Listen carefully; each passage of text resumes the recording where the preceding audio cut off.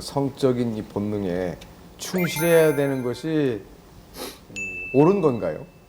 제가 학생들한테 그런 얘기를 합니다. 제가 동물행동학에서 주로 번식에 대해서 많이 강의를 하잖아요. 그런데 꼭 이 얘기를 합니다. 이건 동물행동학에서 배운 거고 이거를 너네 철학으로 삼으면 안 된다. 지금까지 배운 걸 다 잊어버려라. 네? 만약에 생각해 보십시오. 학생들이 동물의 번식에 대해서 배우고 나가서 이제부터 내가 번식해야지 뭐 이렇게 하면 안 되지 않습니까? 교육적으로. 그럼 사랑도 과학적으로 뭐 이렇게 그 해석이 가능한데 정 또한 이 과학적으로 해석이 가능한 건가요? 그렇죠. 오히려 상대적으로 가장 그 동물 실험 연구라든지 신경과학에서 연구가 많이 된 부분이 그 정 부분입니다. 어떻게 우리가 다른 대상에 대해서 좋은 감정을 가지고 사회적 관계를 유지하게 되는가. 거기에 대한 연구 활발하게 연구가 되어 있습니다. 그리고 동물에서도 또한 그렇게 사회적으로 정을 만들어내는 호르몬을 없앤 그런 생쥐라든지 아니면 자연계에 있는 다양한 동물들의 어떤 그런 행동을 비교함으로써 우리가 정이라는 게 뭔가, 어떻게 우리가 사회적으로 서로 유대관계를 갖게 되는가, 활발한 연구를 진행 중이죠. 쥐가 정이 있어? 대부분 쥐들이 가정을 지키지 않습니다. 교미를 한 다음에 그냥 각자 흩어지는데 이 쥐들은 교미를 한 이후에도 계속 가정을 지킵니다. 수컷이. 그래갖고 나중에 새끼가 나게 되면 같이 육아를 또 같이 하기도 하고요. 어떻게 보면 이게 이상적인, 여성분들이 말씀하신 이상적인 그 남성상이 되겠죠. 맞아요. 그러면 이 쥐가 왜 그럴까? 과학자들이 가만 놔두질 않죠. 저런 쥐가 나타났기 때문에 저런 가정적인 쥐하고 난자성인 쥐와 뇌를 비교를 해본 거죠. 그래서 유전자를 하나 찾았습니다. 그 소위 바람기를 잡는 그 바소프레신이라는 건데요. 여기 보시면은 여기 그 가정적인 그 쥐를 보면은 밑에 까만 거 있죠, 그죠? 네. 까만 게 바소프레신 수용체입니다. 그래서 바소프레신 수용체가 저 배측 창백이라는 저 뇌 부위에 이렇게 발현이 되게 되면은 이 쥐가 가정적이 되는 거예요. 네? 그래서 결국엔 근데 저게 발현된다고 해서 정말 저게 가정적으로 만드는지 모르잖아요. 그래서 과학자들이 또 그거 가지고 실험을 한 거죠. 원래는 발현되지 않는 생쥐예요. 바람기가 있는 생쥐의 그 뇌 속에다가 여기다가 인위적으로 그 바소프레신 수용체를 발현시켜 준 거예요. 그랬더니 이 쥐가 갑자기 외도를 멈추고 갑자기 부인한테, 아내한테 친근감을 표시하면서 굉장히 위험한 물질이네요.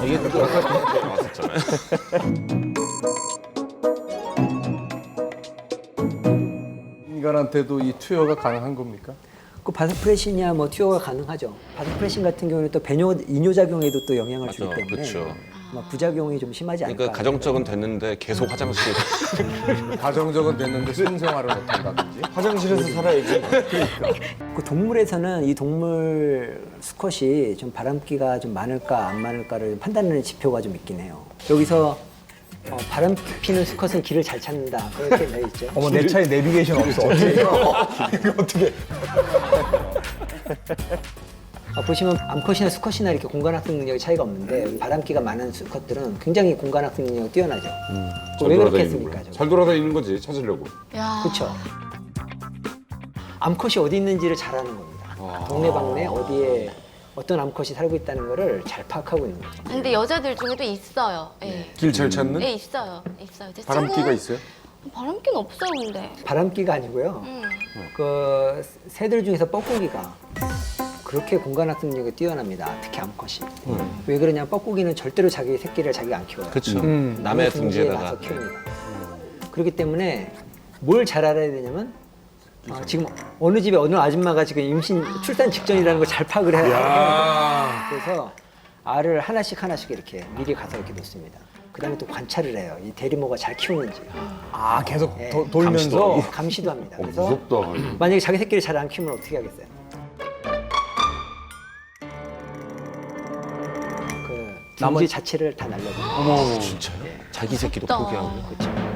우리 사람도 마찬가지죠. 이게 자기가 직접 잘 가르쳐주는 엄마도 있지만 뭐 학원에 다 보내잖아요. 이렇게. 그리고 학원 선생님이 잘 가르치나 안 가르치나 감시를 하고 그리고 어느 학원이 좋은지 이렇게 다 이렇게. 내 아이 제대로 케어 안 하면 가서 학원 다 박살내버리고. 맞아. 아니, 근데 이 바람기가 그러면 타고난 건가요? 그 유전적인 다양성이죠. 아마 그런 거가 좀 약간 정도의 차이가 있겠죠. 개인 차이는 뭐든지 있을 테니까. 근데 일단 저 동물의 이해는 그 확실히 유전적인 거죠. 근데 사실 사람에 있어서 이제 유전적인 것도 있고 환경적인 것도 있는 것 같아요. 근데 유전적인 거 보면은 바람기가 많은 사람들의 특징들이 있어요. 그 바람기가 많은 게 뭐 외모와 상관이 없다고는 하는데 분명히 그 사람의 어떤 매력적인 부분이 있거든요. 그 다음에 여러 사람들에게서 관심을 받아야 만족해하는 성격들이 있습니다. 이런 분들 같은 경우 어딜 가나 관심의 중심에 내가 있도록 자기가 그 상황을 만들기 때문에 그게 또 바람으로 연결될 가능성이 상당히 크죠. 그다음에 이제 환경적인 부분은 어렸을 적부터 아버지가 바람 피는 걸 보고 자란 그 아이는 둘 중 하나예요. 난 절대 우리 아버지처럼 죽어도 안 돼 하는데 어느 순간 보니까 내가 그러고 있든지 똑같이 돼 있고. 아니면은 그 외도나 그런 것에 대한 역치가 되게 높아요. 어지간한 건 바람이 아니라고 생각할 가능성이 되게 크거든요. 남자들이 여자들보다 길을 잘 찾고 후진을 잘하는 이유 중에 하나가 원시대에 사냥을 했기 때문이에요. 왜냐하면 그 채집 활동을 하던 여자들은 봄엔 어디 가면 뭐가 있고 여름엔 어디 가면 뭐가 있고 맞아요. 정해져 있잖아요. 그런데 남자들 같은 경우가 뭐가 있냐면 사냥이라는 건 어느 지점에 뭐가 있다가 정해진 게 없어요. 그러니까 무작위로 돌아다녀야 되는데 드디어 사냥감을 하나 잡았단 말이에요. 돌아가야지. 그럼 집으로 가야 되잖아. 그러면 지금까지 지 마음대로 온 길을 거꾸로 계산 못하면 못 가는 거예요. 그러니까 공간 능력이 떨어졌던 수컷들은 과거에 다 죽은 거야. 내가 집에 못 가서 얼어 죽고 굴러 죽고 산에서 밤에 호랑이한테 잡아 벗겨 죽고 그래서 현대에 살아남은 수컷들은 공간 능력 하나만큼은 최상위의 개념이 그 상위에 있었던 수컷들이라는 거죠. 그러니까 그런 것들에 의해서 이제 발현되는 게 아닌가 하는 또 생각도 듭니다. 우리나라만 쳐도 몇 년 전까지 일부 다처제가 됐지 않았어요? 첩실이 인정받던 시대가 있었죠. 그리고 사실은 우리 할아버지 세대만 해도 한 집에 같이 사는 집도 있었어요. 이렇게. 맞아요. 그래서 할머니가 두세 부인이 명 또 있거나 뭐 둘이 혼외자 있다고. 많고 뭐 그런 집들이 그렇죠. 그래가지고 혹시라도 일부 다처제에 대해서 어떻게 생각해요? 저는 일부 다처나 일처 다부는 안 된다고 보고요. 할 거면 다부 다처. 네, 서로 공평하게. 내가 여러 처를 거느릴 거면 내 처도 여러 부를 저도 사실 이쪽인데 그게 맞는 거 같아요. 근데 자연계에 다부다 체제는 없습니다. 아니 그러니까 제 생각에는 저 그냥 인간이 난접성이라고 그러죠. 그렇게 보니까 저 동의하지 않습니다. 저 동의하지 않는 거로. 뭐가 있네요. 교수님 제가 그렇게 난잡해 보여요? 그건 아닌데요. 네. 그러니까 동물은 다양한 시스템이 있습니다. 사실 적응의 단계에 있어서 수컷이 화려한 경우에는 일부 다쳐예요. 그러니까 많은 암컷을 이렇게 유혹을 해야 되기 때문에 한 거고요. 여기 보시면 요거는 어떤 게 더 화려한 것 같습니까? 왼쪽이 더 화려해 보이시죠? 네. 저게 암컷입니다. 쟤는 일처 다부제예요. 오, 남편이 많은 거예요? 그럼요. 동물 사회에 그런 경우가 많이 있고요. 일부 다처 일처 다부가 동물로 들어가면은 같이 사는 게 아니죠. 교미의 의미잖아요. 그렇죠. 교미의 그렇죠? 의미죠. 네.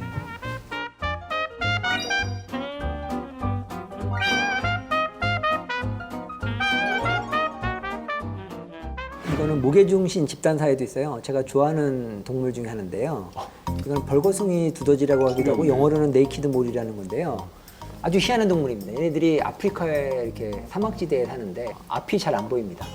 시력이 땅속에 살아요. 그런데 보면은 여왕만 새끼를 낳고요. 나머지는 그냥 놀아요. 나머지 암컷들도 네. 저기는 암컷, 수컷이 다 평등해요. 그러니까 성적인 행위가 없어요. 암컷만, 여왕만 몇 명의 그 수컷을 데리고 번식을 합니다. 신기하다. 그리고 나머지들은 그냥 평화롭게 살아요. 그러다가 제 역할이 뭐냐면 뱀이 나타나잖아요. 예. 그러면 나머지들이 그냥 돌진합니다. 얘네들이 솔저예요. 먹이가 되는 거예요. 예, 얘네들이 병사는 병사인데 이름만 병사지 가서 잡아먹히고 총알 바지로. 총알 바지. 뱀은 이제 배불러서 돌아가는 거죠. 그래도 여왕은 보호가 되잖아요. 그러니까 종족이 전혀 이상을 안 받죠. 근데 놀라운 거는 보통 쥐들이 1, 2년밖에 못 사는데 길어야 3년이고 근데 저 쥐들은 30년을 살아요. 그래서 요즘 굉장히 과학자들이 연구를 많이 하고 있어요. 저 사회 체제하고 도대체 쟤네들은 왜 이렇게 건강하게 두더지가 장수를 이렇게 하는지. 여왕 말고 일반 병사들도 30년 살아요? 예, 그렇습니다. 제가 굉장히 인상적으로 봤던 게 뭐냐면 침팬지나 고릴라 사회 같은 게 이제 폭력성들이 존재하고 두목을 그 몰아내기 위한 어떤 여러 가지 음모들도 진행이 되고 굉장히 어떤 이 인간의 어떤 정치 구조와 비스무리한 그런 형상들이 벌어지는데 보노보 원숭이들은 그게 없다라는 얘기를 들은 적이 있거든요.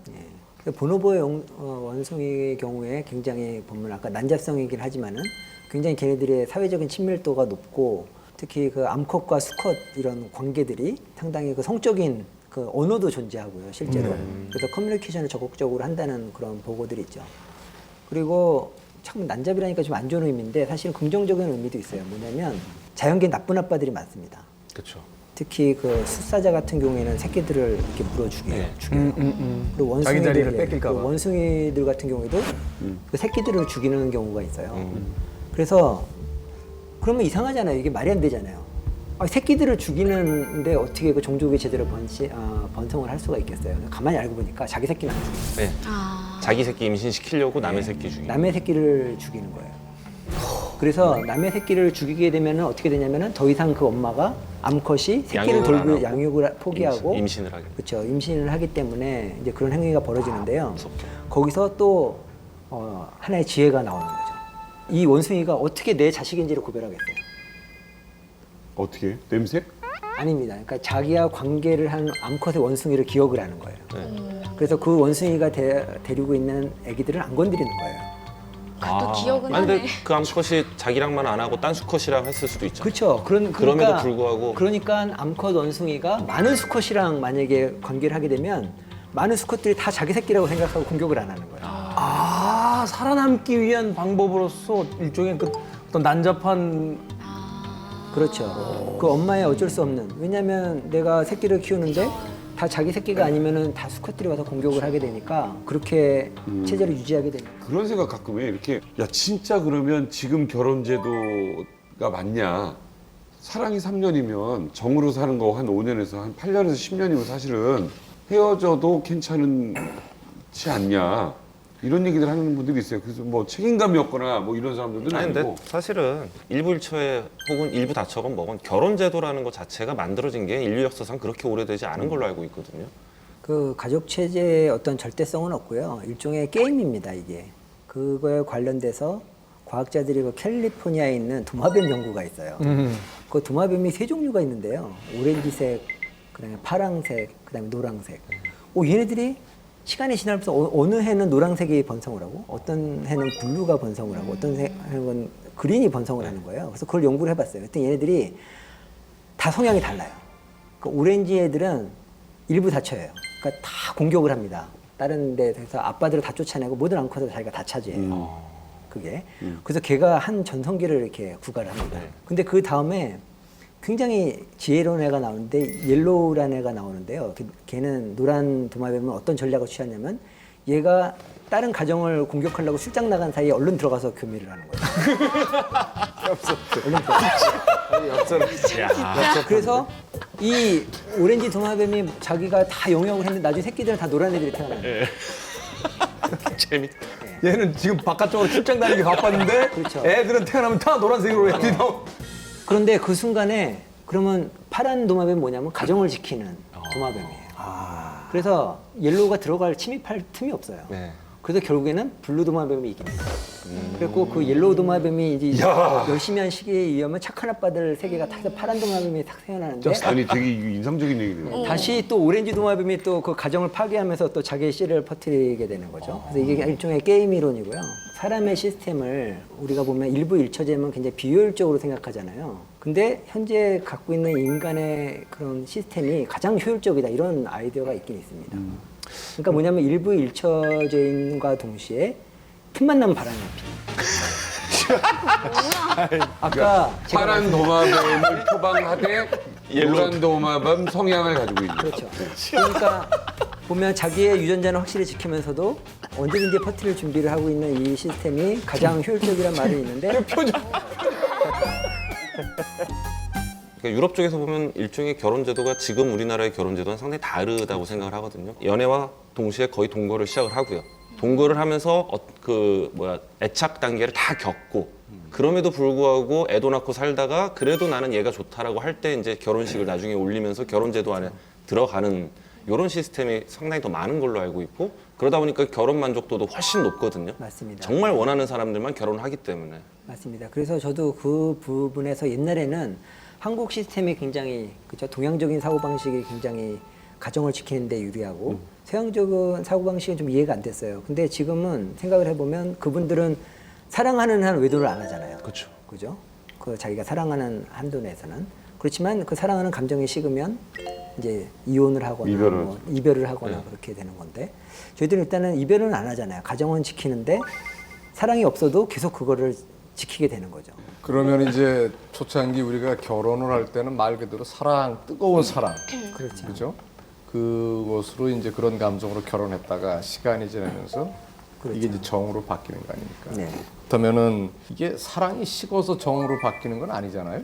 그렇죠. 같이 함께 생활하다 보면은 옥시토신이 발현이 되고 그 다음에 아까 NGF라고 그랬죠. 또 신경망을 새로 만드는 그런 호르몬들이 많이 발현이 됩니다. 그래서 결국에는 특히 그 전두엽이라고 생각이 드는데요. 그 전두엽에서 결국에 나의 아내다, 내 자식이다, 또 내 동료다 이제 그런 회로들을 계속 만들어 나가는 거죠. 네, 그래서 결국에는 그 사람들을 위해서 내가 봉사하게 되고 봉사를 해도 즐겁고 또 행복한 감정을 느끼고 이렇게 뇌가 변해가는. 상대방에 대한 나의 어떤 호감, 좋은 마음, 좋아하는 마음은 본질은 똑같은데 형태가 변하는 건데 많은 여성분들은 사랑이 변했다, 네가 변했다는 얘기 많이 하시거든요. 그렇죠. 근데 사랑의 형태, 발현되는 형태가 변화되는 거지 그게 본질이 변한 건 아니라고 생각을 하거든요. 그렇죠. 그게 사실은 그 애착의 단계, 그 변한 뇌를 가진 남자 정말 멋있는 남자라고 생각을 듭니다.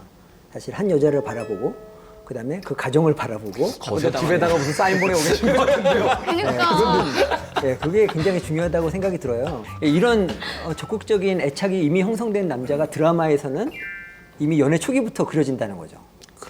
사실은 그거는 비과학적이라고 생각합니다. 그런 남자들은 존재하지 않아요. 혹시 5년 차 접어들고 있는데 지금 말씀하신 그 정, 애착 이걸 최근에 제대로 한번 느낀 적이 있어요. 아침부터 막 라디오, 생방, 녹음, 막 TV 그걸 다 했어요. 쉬는 시간 없이 막 이동만 하고 그리고서 한 10시, 밤 10시 그렇게 늦은 시각은 아니거든요. 그날따라 뭐 한 번쯤 문자나 뭐 이런 게 가끔 뭐 힘내세요 여보 뭐 내지는 뭐 저녁은 먹었나요 뭐 이런 게 없어요. 아무것도. 이거 봐라. 가서 아주 그냥 제대로 한번 먹을 걸 좀 해놓으라고 얘기를 하려고 내가 오늘 일을 딱 열고 들어갔는데 세상에 불은 켜져 있고 소리가 안 나요. 애기의 뭐 아빠 뭐 이것도 없고 여보 왔어요 이것도 없고 더 화가 나서 이렇게 가서 딱 봤더니 침대에 이렇게 널브러져서 아이하고 똑같은 포즈로 이렇게 잠들어 있는 거예요. 원래 마음은 막 깨워서 뭐 좀 해놓고 뭐 아이스크림 꺼내오고 내가 오늘 뭘 했는지를 아냐 막 이걸 하려고 그랬었는데 그 모습을 딱 보는 순간 이불을 이렇게 덮어주고 발소리 안 내고 이렇게 와서 조용히 씻고 이렇게 봤더니 세탁기에 빨래가 다 돼 있는 네? 아직 미처 널지 널지 못한 아기 짠하다. 기저귀 막 이런 게 있길래 제가 이렇게 널어주고 정말 소리도 안 내고 자. 지난주에 이제 아이가 자전거를 처음으로 이렇게 탔을 때 그걸 이렇게 막 가르쳐주고 있었어. 자전거 타는 걸 이렇게 둘째 아이 막 가르쳐주고 있는데 저쪽에서 아내가 걸어오고 있는 거예요. 아 그렇게 기분이 좋대 그거는. 그러니까 아이랑 나랑 둘이 이렇게 있다가 엄마가 오고 있으니까 좀 든든함 같은 거라고 해야 되나? 이렇게 아내가 오니까 얘가 굉장히 든든해. 그래. 얘도 엄마 보니까 반가웠겠지만 나는 더 반갑더라고. 동서고금을 막론하고 사실은 뭐 나이가 적든 많든 참 이 사랑에 대한 논란은 끊임없이 이루어지는데 왜 우리 사람들은 이렇게 이 사랑에 대한 얘기를 그토록 갈구하는 걸까요? 그러니까 그 사랑의 의미에 대한 건데요. 사실 아까도 말씀드렸다시피 많은 동물들이 사랑이라는 감정 없이도 번식은 가능합니다. 예. 그런데 사람 같은 경우에는 다양한 종류의 그런 긍정적인 그런 정서가 있죠. 아리스토텔레스가 얘기했다시피 그게 우정도 있고요. 그다음에 남녀간의 사랑들도 있고, 그다음에 동료애, 그다음에 애국심, 또 진리에 대한 사랑 다양하게 이렇게 나눠지거든요. 그래서 우리가 그런 사랑이라는 감정의 기능에 대해서 한번 생각을 해보는 것도 괜찮을 것 같아요. 최근에 보고된 그 논문을 제가 하나 소개시켜드리겠는데요. 분노와 사랑의 세포는 서로 이웃이다. 이런 주제가 되겠어요. 그래서 과학자들이 우리 분노와 사랑을 조절하는 이 신경세포가 모여있는 뇌 부위를 찾은 거예요. 그 시상하부의 그 일부가 되겠는데요. 저 오렌지 점 있는데 얘기하시는 예, 맞습니다. 우리 가장 스트레스 받게 하는 게 뭐예요? 그 왼수들이잖아요. 네. 예, 그런 원수들의 생각들, 나쁜 생각들, 분노들을 딱 잠재울 수 있는 그런 놀라운 회로인데요. 이게 왜 가능하냐면 야. 걔네들이 굉장히 가까이 붙어 있습니다. 신경세포가. 야. 그래갖고 서로를 억제하는 역할을 하는 거예요. 그래서 분노하면서 사랑할 수 없고 사랑하면서 분노할 수 없도록 우리 뇌가 만들어진 거죠. 야. 그러니까 막 화가 나고 그러다가도 저는 둘째 아이가 딱 나타나면 싹 녹아버리거든요. 맞아요. 그렇죠. 이게 그 원리입니다. 사실은 다른 이 논문에서 다른 그 실험도 했습니다. 그래서 그 사랑을 나누는 동안에 분노신경을 자극했더니 아니나 다를까 부부싸움이 시작된 거죠. 막 물어뜯고 막 싸우고. 예, 그렇게 된 거예요. 싸움도 습관이 되는 사람들을 봤어요. 매일 죽여! 이거 잡혀서 나오고 때리고 뭐하고 그날 저녁에 뭔 일이 있었는지 화해가 돼 있고 한 5일 뒤에 또 죽여 하면서 살고 하는데 언뜻 보면 사랑하는 사이들인데 그 약간 분노의 맛을 들인 건지 그래서 사실은 이게 그 이론이 있어요. 과연 그러면 우리가 분노될 상황에 분노를 하는 거냐? 아니면 평소에 분노 레벨은 항상 준비가 돼 있는데 억제가 돼 있는 거냐? 그런 게 있는데 그 신경과학 연구에 의하면 그 후자가 맞습니다. 우리는 항상 그 분노를 발산할 수 있는 잠전 상태인 거예요. 근데 그게 일리가 있는 게 언제 위험한 그럼요. 상대가 나타날 수 일종의 있잖아요. 일종의 그렇죠. 정서적 방어기제. 반사신경이군요. 그렇죠. 방어 기제로 하나 가지고 있는 거예요. 이렇게. 그렇기 때문에 항상 그런 게 있고 여러분들이 이미 그 실험적으로 검증할 수가 있어요. 여러분들이 운전하시다 보면 갑자기 화내고. 욕이 나오잖아요. 네. 아니 내가 이런 욕을 하다니 이렇게 생각하시잖아요. 그 순간에 저는 없는데 뭐냐면 같이 사시는 분이 하더라고요. 아주 고매하신 분인데 갑자기 운전하다가 이렇게 욕이 나오는 경우가 왜 그러냐면 항상 준비는 돼 있는데 그걸 억제하는 기능이 운전할 때 좀 약간 감소되는 거예요. 왜냐하면 집중해야 되니까. 그렇다면 이러한 그 사랑의 관계를 우리가 유지하기 위해서 나름대로 조금 뭔가 이렇게 지켜야 될 것들이 좀 있어야 될 것 같아. 아까 같은 경우에 그 병실에 있는 할아버지 할머니의 어떤 그런 모습을 보면서 마음이 아파한다는 뇌가 똑같다는 거 어떻게 보면은 부부일 경우라면은 오랜 시간 살아오면서 갖고 있는 서로 간의 어떤 그 믿음 또 이런 공통점이 있으니까 남편의 아픔이 나의 아픔이겠구나 이렇게 느끼자 아마 그럴 거란 말이에요. 그런 거 있죠. 저는 제가 이걸 좋아하니까 그 걱정하는 분들이 많으세요. 주변에 야, 이게 밖에서 이렇게 술자리하면 괜찮냐는데 제 아내도 좋아해요. 그래서 아내랑 같이 해요. 그러니까 일주일에 한 서너 번은 그냥 TV 보면서 뭐 닭발 같은 거 시켜놓고는 깔깔대면서 맥주 한 2캔씩 이렇게 서로 나눠 먹고 그래요. 이것도 좋은데 제가 지상렬 씨랑 낚시에 빠져가지고 연애할 때부터 신혼 초에 그랬더니 아내가 자기도 가르쳐 달라는 거예요. 그랬더니 낚시를 배우더니 새벽 4시에 깨워요. 어제 놓친 향어가 보인대. 나중에는 제가 안 가기 시작을 한 거예요. 우리 아버지랑 가라. 그럼 제가 그만해라. 그때 이제 친구들하고 골프를 배웠어. 그랬더니 이 사람이 어느 날 골프 레슨을 끊어가지고 그걸 또 레슨을 막 열심히 하더니 골프를 같이 가자는 거예요. 더 대박은 제가 이제 바이크를 타는 이제 취미를 가지고 있으니까 지난주에 남창희라고 우리 개그맨 후배가 스쿠터를 가지고 있는데 그거를 가서 연습을 한 거예요. 와. 아, 내가 하려는 뭔가를 이 여자가 같이 하려고 노력하고 배우는 게 참 고마웠고 감사하네라는 생각이 좀 들어요. 말은 그렇게 하는데 약간 느낌은 누군가 한 명은 계속 벗어나려고 하고 누구나 쫓아다니고 오빠 계속 도망가. 그러니까 난 저런 거 지금 알고 있거든요. 형수님 조만간에 코미디 배우시겠어요? 여기 이 옆자리 여기 앉아가지고. 사랑이는 내가 뽑을 수 있을 것 같아. 근데 좋다. 부부가 이렇게 함께 하려고 뭔가 이렇게 노력하는 게 되게 고마워. 근데 제일 중요한 건 역시 고전적인 뭐 이야기도 많지만 신뢰 아닌가요? 신뢰. 신뢰죠. 그게 뭐 사랑뿐만이 아니라 모든 인간관계에서 가장 기본인 것 같은데 저 사실 뭐 출장 갈 때 가끔 있는데 닷새 엿새씩 있어도 연락 한 통이 없어요. 여기 뭐 양재진 원장은 저하고 술 거의 이틀에 한 번씩 먹으니까 새벽 4시에 가건 해가 뜨건 문자 하나가 없어요. 형수님이 진짜 존재하는지도 잘 모르겠어요. 저도 가끔 제가 상상 속에서 만들어낸 인물이 아닐까라는 생각을 하게 되는데 그 정도.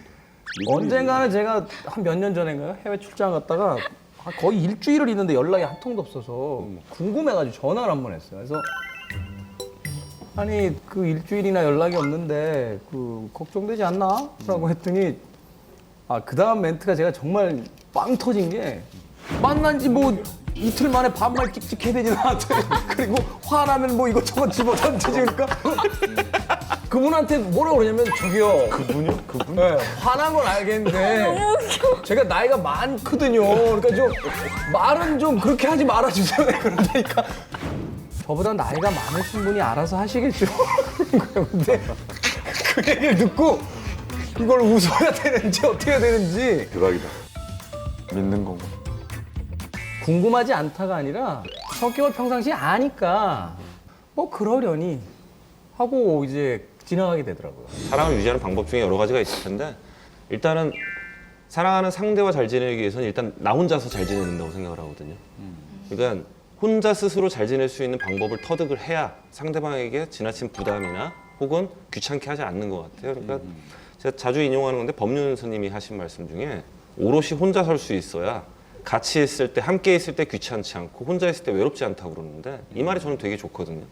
그러니까 지나치게 부부가 모든 걸 다 함께 해야 된다는 부부치고 잘 지내지 못하고요. 그 다음에 혼자 있으면서 너무 외로워하거나 혼자서 아무것도 못하는 부부치고 절대 행복하게 지내는 걸 못 봤어요. 그러니까 나 혼자만의 영역을 확실히 만들어 놓고 이게 너 여긴 내 영역이니까 오지 마가 아니라 상대방이 없어도 나 혼자서 즐거울 수 있고 이런 관계가 되려면 신뢰와 믿음이 있어야 되겠죠. 스스로 잘 지내잖아요. 잘 지내죠. 그 독신 교본이야 교본. 정말 잘 사는 거야. 그 스스로 잘 지낸다라는 거는 나 스스로를 먼저 나 자신을 사랑하자 뭐 그런 것 같아요. 그것도 비슷하죠. 예, 예. 그러고 나서 또 다른 상대를 그럼요. 사랑하고. 자기를 사랑하고 자기 생활을 잘 즐길 수 있는 사람이 누군가를 사랑할 수 있다고 생각하거든요. 사실 뭐 얼마 전에 저한테 보낸 문자도 있지만 얘기는 안 하겠어요. 얘기 좀 해주세요. 해봐. 간단히 얘기해봐요. 수위 낮춰서 해봐. 아니 뭐 그냥 수위 낮춰서 그냥. 외롭다고 그러더라고요. 많이 외롭다고. 근데 최근에 굉장히 흥미로운 논문이 사이언스에 나왔어요. 이 사회적 관계를 형성하는 옥시토신을 우리가 뇌에서 분비시킬 수 있는 방법이 아주 간단한 방법이 보고가 된 거예요. 뭐냐면 눈을 보는 거예요, 서로. 예, 아이 컨택. 예. 그래서 사람하고 실험하기는 어려우니까 그 실험은 사람이랑 개랑 실험을 했어요. 그리고 개도 사람을 바라보고 사람도 개를 바라봤더니 이 개의 혈액에서도 옥시토신이 증가하고 사람도 옥시토신이 증가하는 거예요. 그래서 제가 제안드리고 싶은 방법은 오늘 굉장히 많은 어려운 일이 있었지만 그냥 이렇게 부담 없이 이렇게 30분 동안 이렇게 얼굴을 이렇게 바라보는 건 어떨까? 얼굴 고정시켜놓고 이렇게 못 돌리게. 30분씩 오래 봐야 돼요? 방걸림 형님은 그렇게 하실지 모르겠는데 와이프가 우리는 좀 난 이런 거 같아. 밥 먹다가 와이프가 나를 계속 보고 있다고 쳐봐. 미안해. 미안해. 잘못했다. 그 논문을 잠깐 본 적이 있는데 5분을 보라고 그랬더니 처음에 30초 1분 때는 너무너무 쑥스러워하더라고요. 어색하지. 근데 2분 되고 3분이 되니까 둘 중에 한 명이 울기 시작하고 5분이 되니까 두 사람이 끌어안기 시작했다는 그런 이야기를 그렇죠. 예. 그래서 이 원리가 사실은 이미 우리가 다 알고 있는 원리예요. 여러분 캐릭터라는 게 뭔지 아십니까? 캐릭터. 우리 연예인들이 맨날 하는 얘기잖아요. 성격 얘기하는 거. 그렇죠. 그 캐릭터의 정의가 뭐냐면은 이런 물건에다가 눈을 붙여놓은 거예요. 어떤 축구공에다가 눈을 붙이게 되면 축구공 캐릭터가 되는 거고요. 이 병에다가 사이다병에다가 눈을 붙이면 사이다병 캐릭터가 되는 거예요. 왜 그게 캐릭터가 되냐면 어린아이들이 그걸 보잖아요. 눈을 마주치잖아요. 연결고리가 형성이 돼요. 뇌에서. 캐릭터 치고 눈이 작거나 눈이 없는 애가 없어요. 그렇죠. 그래서 다 애들이 눈만 인형을 이렇게 안고 자기의 마치 가족같이 이렇게 되게 되는 원리가 바로 그 눈에 있습니다. 큐티 봐. 2분 없어도 눈은 있잖아. 그렇죠. 얼마 전에 저희 라디오로 온 사연 중에 그런 게 있었어요. 아기가 엄마 눈에 나 있다 이런 얘기를 한 거예요. 그 네, 얘기를 그게 신경과학적으로 100% 맞는 얘기예요. 그죠? 네. 그 얘기를 엄마가 듣는 순간 내가 최근에 누구의 눈을 눈에 비친 내 모습을 볼 정도로 눈을 본 적이 있는가? 너무 짠해. 남녀가 처음 만나서 데이트를 하고 호감을 가질 땐 마주보고 있기 때문에 바람을 안 핀대. 근데 연인이 돼서 옆으로 오면 다른 여자를 찾기 시작한다. 눈을 맞출 수가 없어서. 이게 남녀뿐만이 아니라 저는 이 눈보기 참 남자 동성끼리도 이렇게 동료애가 싹트고 그러지 않습니까? 그렇죠. 전우애라든지 우리 우정이라든지 전우애. 동료애 이런 것들이 같이 사실은 같은 일을 하면서 자연스럽게 눈을 보게 되죠. 우리가 의논하고 하면서. 그래서 다양한 형태의 이렇게 그런 유대 관계가 형성이 될 수 있고요. 이거는 사회적 동물에서 굉장히 중요합니다. 왜냐하면 그 배신을 방지하고 협력을 해서 공동의 이익을 얻게 되는 거죠. 그래서 사실은 협력이 문제가 뭐냐면 한 사람이 배신하면은 배신자가 너무 이득이 커요. 그리고 배신당한 사람 너무 피해가 큽니다. 그렇기 때문에 서로 배신을 안 하는 게 중요한데 그게 서로 이제 눈빛 교감으로 이렇게 되는 거죠. 원래 그 본인은 이렇게 네. 계속 소년 같은 그런 어떤 이미지였습니까? 저는 그랬던 것 같습니다. 근데 저도 역시나 이게 살이 찌고 나서 사실은 조금 이게 좀 포동포동해진 건데 이걸 이게 소년 같다 말씀해 주신 건 정말 감사한데 원래 살이 좀 빠졌을 때는 굉장히 좀 어른스럽고 날카로운 모습이었습니다. 근데 23, 4 정도에 그 당시 좀 큰 시련을 하고 막 폭식을 좀 했었던 적이 있어요. 그리고 좀 많이 먹어서 이제 그때 좀 살이 잠시 좀 쪘었는데 잠시가 아니라 지금까지네요. 그런데 그게 혹시나 이런 거에 좀 관련이 있나 이런 게 좀 궁금하긴 하거든요. 뇌랑 관련이 뇌랑 좀 있다. 관련이 있나? 아, 실연이라고 하시면은 그 여자친구랑 헤어진 걸 말씀하신 거죠? 그렇죠. 그거 말고 또 다른 게 있네요. 아, 예. 아, 지금 이제 교수님은 시련인지.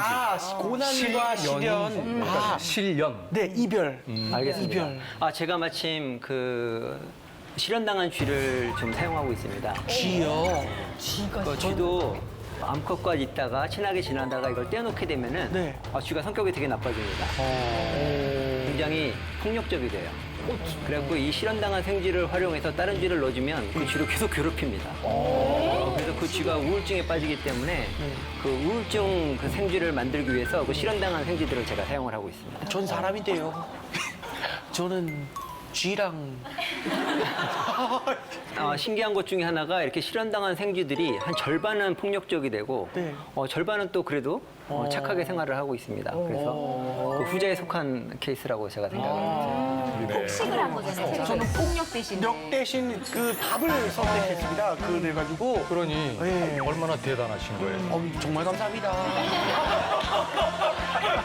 그러면 이게 어떻게 뇌가 자극을 통해서 어떤 기억을 만드는가 해봤더니 아마도 신경과의 관계가 중요하다 그런 거죠. 그래서 도널드 헤비라는 박사님께서 이런 신경학적인 모델을 제안해 주셨어요. 뭐냐면 지금 동그란 신경들 있죠. 저게 하나하나가 다 신경입니다. 그래서 우리가 원을 볼 때 저 많은 신경들이 다 동시에 자극이 되는 거예요. 그래서 나중에 전체 원이 아니더라도 부분적인 원을 보더라도 그 원 전체를 떠올릴 수 있게 되는 거죠. 예, 그래서 이것을 패턴 완성이라고 합니다. 그래서 뇌는 자꾸만 어떤 패턴을 완성하려고 하는 거죠. 여러 가지 자극을 모아서 우리가 할머니 패턴도 만들고 와이프 패턴도 만들고 이렇게 우리 기억을 저장하는 거가 되겠죠. 김상중 씨, 여기 보면 상어와 어부인데요. 이 상어와 어부가 지금 뭘 하고 있는 것 같습니까? 뭐 그림상으로 보기에는 상어를 사냥하려고 하는 것 같은 어떤 상어가 어부를 사냥하는 것 같지 않습니까? 서로 사냥을 하려고 하는 것 같아요. 예, 서로 사냥을 하는 것 같이 보이죠. 근데 사실은 이게 둘이 반갑다고 서로 인사하는 장면입니다. 인사하는 거구나. 예, 이게 원래 이 상어가 그 그물에 갇혀 있었다고 그래요. 잡혀서 죽게 된 거를 굉장히 위험을 무릅쓰고 이 어부가 그 상어를 구해줬다고 그래요. 그래서 그때 그 기억을 하고 이 상어가 이 어부와 배가 나타날 때마다 나타나서 이렇게 반갑다고 인사를 하는 장면이라고 합니다. 와, 신기하다. 감동이다. 그 상어 뇌는 굉장히 작거든요. 네. 거의 우리 손바닥보다 작은, 아주 작은데도 불구하고 이렇게 서로 다른 사실을 연결을 시키는 것이 가능한 거죠. 그러니까 이걸 봐도 얼마나 이 뇌가 여러 가지 그 사실들을 연결시키고자 노력을 하는지를 알 수가 있는 거죠. 그리고 저도 물고기하고 굉장히 좋은 경험이 있어요. 제가 한번 소개를 해드리도록 하겠습니다. 이거는 부산의 한 횟집에 있는 혹돔이에요. 혹돔인데 보면 사람을 따르죠. 그리고 제 손인데요. 와서 이렇게 쓰다듬는 거를 좋아하고 강아지 같이. 예, 와서 이렇게 좋아하죠. 사람을 따르죠. 자, 이 혹돔이 왜 사람을 좋아하게 됐을까요? 아마 주인께서 먹이를 주셨나 봐요. 그래서 이 혹돔이 뭔가를 깨달은 거죠. 저 사람이 나한테 먹을 걸 주는구나. 그래서 사람을 볼 때마다 이렇게 따르게끔 주인뿐만 아니라 모든 사람을 이 혹돔이 따르게 된 거죠. 근데 이 혹돔이 몇 년 전에 사실은 돌아가셨어요. 그 설마 저거 드셨습니까? 사람들이 그 회로 드신 건 아니고요. 다행이다. 주인께서 정중하게 이렇게 묻어주셨다고 그러고, 뭐 근데 실망할 필요가 없는 게 지금은 또 두 번째 또 혹돔이 사람을 잘 따르는 혹돔이 나타나서 또 손님을 맞이하고 있다고 하니까 여러분 부산에 들리시면은 이 혹돔을 한번 이렇게 쓰다듬어 보시면 좋을 것 같습니다. 자, 이제 본격적으로 패턴 완성에 대해서 저희가 얘기를 해보겠습니다. 자, 이 두 사람이 서로 같은 사람일까요? 다른 사람일까요? 같은 사람. 이거 너무 쉬운 질문이죠. 네. 우리가 시각 자극으로 보면 요 왼쪽에 조커 분장을 한 거는 굉장히 뭐 흰색에다가 완전히 그죠? 의상도 다르고 완전히 다른 자극이죠. 그럼에도 불구하고 우리는 잭 니콜슨이라는 거를 떠올리게 될 수 있는 거죠. 그건 왜 그런 거 하니? 이 아주 작은 정보를 가지고 여러분 뇌에서 잭 니콜슨이라는 패턴을 완성을 하셨기 때문에 그런 겁니다. 또 한 가지 볼까요? 이게 무엇인가요? 남대문. 네, 숭례문이죠. 다른 거? 같은 숭례문, 남대문 같은 겁니다. 근데 보시면 완전히 다르잖아요. 시각 자극이 하나는 완성된 거 하나는 무너져 있음에도 불구하고 여러분이 이거를 왜 같은 남대문이라고 인식할 수 있을까요? 뉴스에서 이 봤으니까. 그렇죠. 이미 뉴스에서 안 사실도 있고 그리고 남대문의 흔적이 남아있죠. 그래서 그 흔적을 통해서 여러분들이 남대문이라는 패턴을 완성하셨기 때문에 이건 남대문이야 하고 알게 되는 것입니다. 네. 이게 패턴 완성의 기본적인 원리가 되겠습니다. 네, 그러면 지금부터 여러분하고 여러분 뇌가 정상인지 패턴 완성 실험을 한번 해보도록 하겠습니다. 자, 요 글자가 뜻하는 바가 뭐죠? 먼저 머리, 미래. 마루, 모래. 미로. 여러 가지가 굉장히 많이 나오시죠. 자, 이건 영화 제목입니다. 영화의 제목?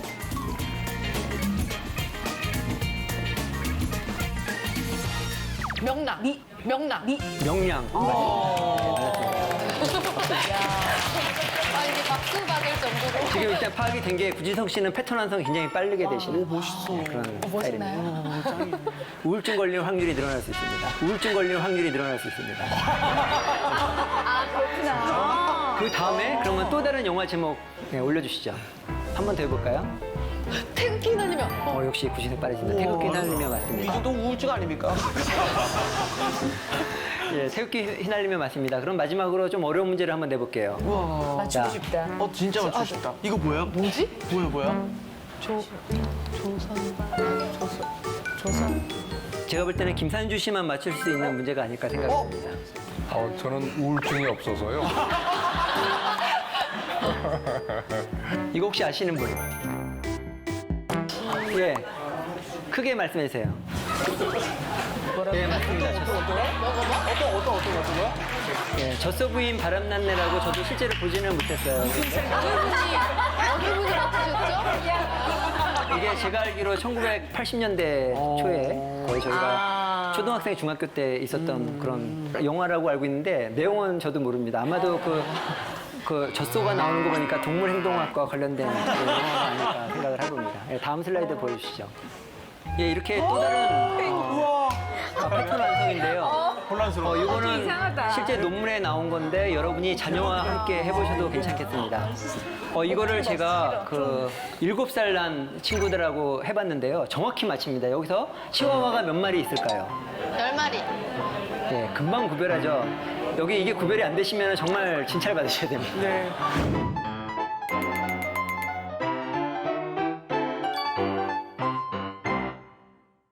열 마리. 컴퓨터가 이거를 구별하게 만드는 그 인공지능, 딥러닝에 관련된 페이퍼가 되겠습니다. 그래서 이게 컴퓨터는 굉장히 많이 학습을 시켜야 되겠죠. 그래서 많이 틀립니다. 틀리는데 이거는 맞고 저건 틀리고 이렇게 데이터베이스를 계속 쌓다 보면은 결국 이걸 구별할 수 있는 능력이 생기는데요. 사람은 바로 이렇게 태어나자마자 이렇게 보시면 금방 치와와랑 머핀을 이렇게 구별할 수가 있으시게 됩니다. 그러니까 여기서 만약에 패턴 완성이 너무 세게 되시는 분은 여기 아까 구지선 씨 같은 분은 이 중에 아마 머핀 중에 일부는 개를 떠오르셨을 수도 있을 것 같아요. 패턴 완성도 중요하지만 우리 뇌가 무조건 마구 패턴을 만들어내는 건 아닙니다. 요거는 패턴 분리라고 그래요. 비슷하게 생긴 거를 통해서 어떤 정보를 이끌어내는 것이 패턴 완성이고 요건 다른 거야 하고 분리하는 것이 패턴 분리죠. 김효진 씨 같은 경우에는 아마도 패턴 분리가 좀 더 잘 되시는 케이스가 아닐까 그렇게 생각을 하는 것입니다. 패턴 완성과 패턴 분리가 실제로 이 동물 사회에서도 어떤 의미가 있습니다. 그러니까 예를 들면 이 호랑나비인데요. 이 호랑나비가 굉장히 미스테리예요. 눈에 잘 띄잖아요. 네. 자, 눈에 잘 띄면 좋을까요, 나쁠까요? 나빠요. 천적한테 잡아먹기. 천적한테 쉽게 잡아먹히죠.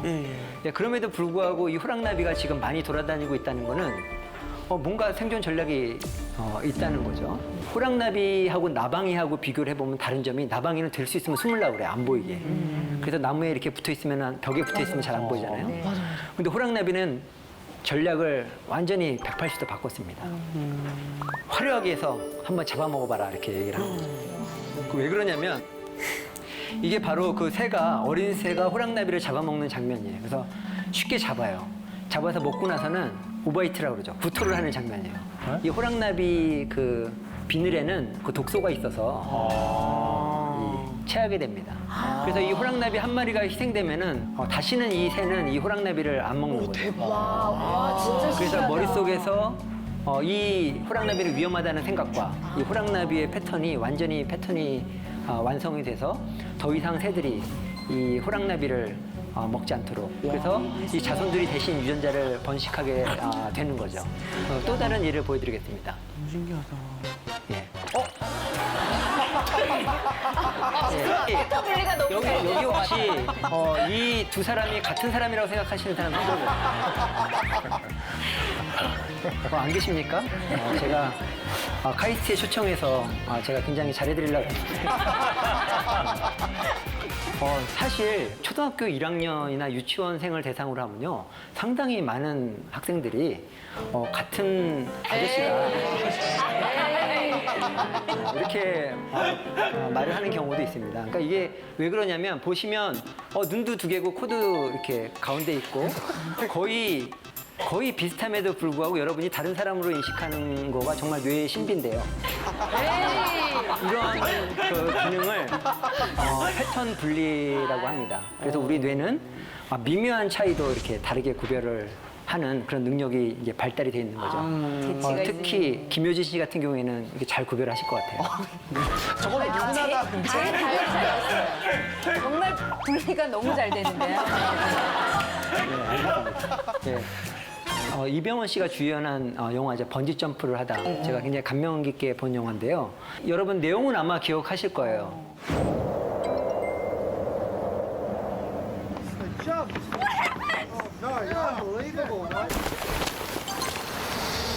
굉장히 사랑하는 연인이 있었어요. 근데 원하지 않는 그런 이유로 해서 그때 헤어졌어요. 그래도 어떻게 해요? 고등학교 선생님으로 열심히 생활을 합니다. 그런데 어느 순간에 갑자기 그 제자 중에 한 명이 눈에 들어오는 거예요. 끌리는 거예요. 어째서 넌 날 조금도 기억하지 못하네. 사실 신경과학적으로 보면 그 영화 내용에서 보면 이 학생이 과거에 내 연인과 그 유사한 특징을 갖고 있었던 거예요. 습관이라든지 그 분위기라든지 눈빛이라든지. 그래서 이 선생님은 그 속에서 자기 옛날의 연인의 그런 사랑을 패턴을 완성을 한 거죠. 근데 문제는 뭐냐면 이걸 잘 분리를 해야 되는데 이제 분리가 안 되기 때문에 이제 결국에는 그 안 좋은 그런 결말을 맞이하게 되는 이런 영화가 되겠습니다. 그 동물의 사회에서도 정말 그 안타깝게도 패턴 분리가 안 돼서 그 어려운 경우가 많이 있습니다. 얘 같은 경우에는 그 지금 뭐 하고 있는 거냐면 손가락과 교미를 하고 있는 거예요. 그 손가락 모양 자체가 그 암컷의 등이랑 비슷하게 생겨서 그 패턴 분리가 안 되는 바람에 굉장히 엉뚱한 에너지를 소모하고 있는 케이스가 되겠습니다. 이거는 그 노벨상은 아니고 그 이그노벨상이라 그래서 영어로 이그노블이 그 무시할 만한 그런 거잖아요. 그러니까 재밌긴 한데 별로 과학적으로 중요하지 않은 네, 그런 발견해 주는 상이 있어요. 그래서 그 상을 받은 발견인데요. 이 그 호주에 사는 이 딱정벌레 계통은 그 이 맥주병을 보면 노란색 계통의 그런 걸 보면은 이 발정이 나서 이렇게 금이를 시도를 합니다. 그래서 자체가 이 종자 자체가 오렌지색을 띠잖아요. 오렌지색만 보면 이제 흥분을 해가지고 이 금이하는 장면이 되겠어요. 자, 이게 뭐가 안 돼서 그렇다고요? 패턴 분리가 안 된 거죠. 노란색 자극만 봐도 이 암컷이라는 그 패턴 완성이 돼서 그대로 행동이 나오게 되는 거예요. 예, 그래서 이거는 패턴 분리가 안 돼서 그 폐가 망신한 케이스가 되겠는데요. 그 개똥벌레가 그 종자가 여러 가지가 있는데 이제 큰 게 있고 작은 게 있답니다. 그래서 큰 개똥벌레 같은 경우에는 이게 육식이에요. 그래서 잡아먹는 거예요. 큰 개똥벌레가 이게 지금 암컷인데요. 이 암컷이 지금 계속 신호를 내니까 다른 개똥벌레는 그게 암컷인 줄 알고 찾아온 거예요, 수컷이. 찾아와가지고 잡혀먹는 장면이에요. 그래서 이 암컷은 사실은 그냥 불을 냈을 뿐인데 그냥 먹잇감이 와서 그냥 먹고 있는 거죠. 그리고 얘는 암컷인 줄 알고 왔다가 잡아먹게. 그래서 이렇게 자연계에는 이렇게 패턴 완성을 활용을 해서 이렇게 먹고 사는 동물들이 있습니다. 그리고 이건 좀 더 지능적인 건데요. 저기 보면은 나방이 암컷의 향기를 묻힌 저런 진액입니다. 야구공 같은 거를 이렇게 휘두르는 장면이에요. 그래서 이게 수컷 나방이 저 향기를 냄새를 맡고 찾아옵니다. 유혹하는 네, 거군요. 유혹합니다. 계속 흔들어요. 이렇게 돌리면 유도하는 흔들게 되면은 컷이 와서 거기 찰딱 달라붙어요. 그러면 이제 잡아먹는 그런 거미가 되겠죠. 못됐네. 그래서 기억들이 어디에 저장되고 그리고 어떻게 연결되는지 이런 것들을 그 연구하는 분야가 있습니다. 그 분야에서 최근에 굉장히 유명하신 박사님이신데요. 캐나다 토론토 대학의 쉬나 조슬린이라는 여자 박사님이십니다. 이 박사님이 최근에 그 사이언스의 그 논문을 내신 바에 의하면 우리가 기억에 사용된 신경들을 또 사용한다는 거예요. 중복해서. 그래서 서로 다른 기억이 그 연결된다는 이론입니다. 카필라노라는 그 캐나다에 있는 계곡입니다. 이 계곡이 굉장히 그 멋있는 계곡인데요. 다리가 2개가 있다고 그래요. 굉장히 차도 편하게 다닐 수 있는 굉장히 큰 다리가 하나 있고요.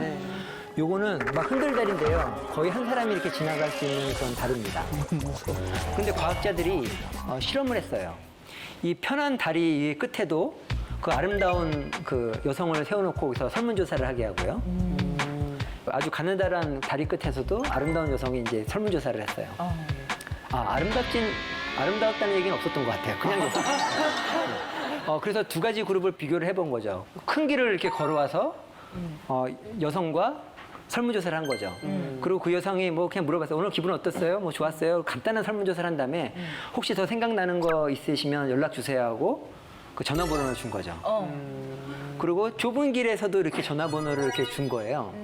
그래서 과학자들이 본 건 뭐냐면 나중에 실제로 전화가 온 거는 어느 쪽에서 많이 왔나 하는 걸 본 겁니다.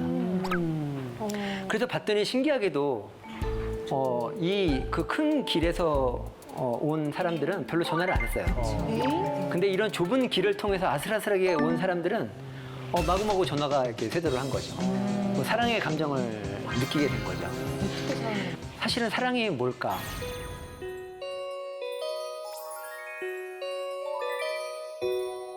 우리 감정이라는 건 알지만 그 사랑이 뭘까에 대해서 확실히 모릅니다. 사랑하기 때문에 가슴이 뛴다고 생각을 하잖아요. 예?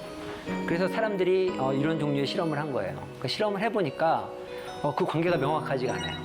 그리고 오히려 우리가 가슴이 뛰기 때문에 이게 사랑이 아닐까 이렇게 생각을 한다는 거죠. 다리를 건널 때 얼마나 심장이 뛰었겠어요. 땀도 나고. 그리고 심장이 뛰는 상태에서 어떤 사람을 봤을 때 내가 심장이 뛰네? 저 여성을 봤을 때 이게 사랑일까? 하고 나중에 전화를 하게 되는 거죠. 그래서 여러분 사실은 이런 원리들을 활용하고 계십니다. 연인들을 보면은 보통 뭐 이렇게 연애를 할 때 어디 가서 이렇게 같이 명상하고 이렇게 안 하시잖아요. 저 롤러코스터를 탄다거나 그죠? 뭐 이렇게 하시잖아요. 그리고 가도 뭐 전통 찻집보다는 커피집 많이 가시고 이렇게 하시잖아요. 그 이유가 그런 거예요. 같이 이렇게 롤러코스터를 탈 때 심장이 뛰고 막 교감신경 활성화되고 항상 그 옆에 있을 때 그 사랑의 연결고리가 이제 형성이 된다는 거죠. 이제 그게 이제 패턴 완성으로 설명할 수가 있게 되는 거고요. 그래서 오늘 이 그 뇌가 사랑을 어떻게 느끼고 행동하는지에 대해서 한번 말씀을 나눠보고자 하겠습니다. 그 헬렌 피셔 박사님이 사랑의 3단계에 대해서 얘기를 했어요. 그러니까 우리는 단지 사랑이라는 거를 어떤 뜨거운 감정으로만 생각하는데 생각보다 복잡하다. 이 사랑이라는 것들이 첫 번째는 그 욕정의 단계가 있습니다. 뭐냐면 우리가 대상이 없어도 기본적으로 나도 사랑에 빠졌으면 하는 그런 느낌들이 항상 있어요. 네, 그런 에너지가 있어요. 그런 게 욕정의 단계고, 그다음에 끌림의 단계는 뭐냐면은 목표를 찾은 거예요. 그래서 딱 보면 이제 그 사람밖에 안 보여요. 아웃포커스 되고 딱 그 사람만 보이는 이제 그런 단계가 되는 거죠. 그리고 애착의 관계는 뭐냐면은 그런 떨림이나 그런 건 없지만은 이제 배우자로서 이제 평생 같이 할 수 있는 그런 연결이 소위 말하는 그 정의 단계, 정으로 사는 단계. 이제 거기에 이렇게 3단계로 나눠지게 됩니다. 그래서 먼저 여기 계신 분 보니까 다들 이렇게 굉장히 점잖으시고 욕정이 별로 없으신 것 같아요. 그래서 참 이게 강의가 어렵네요.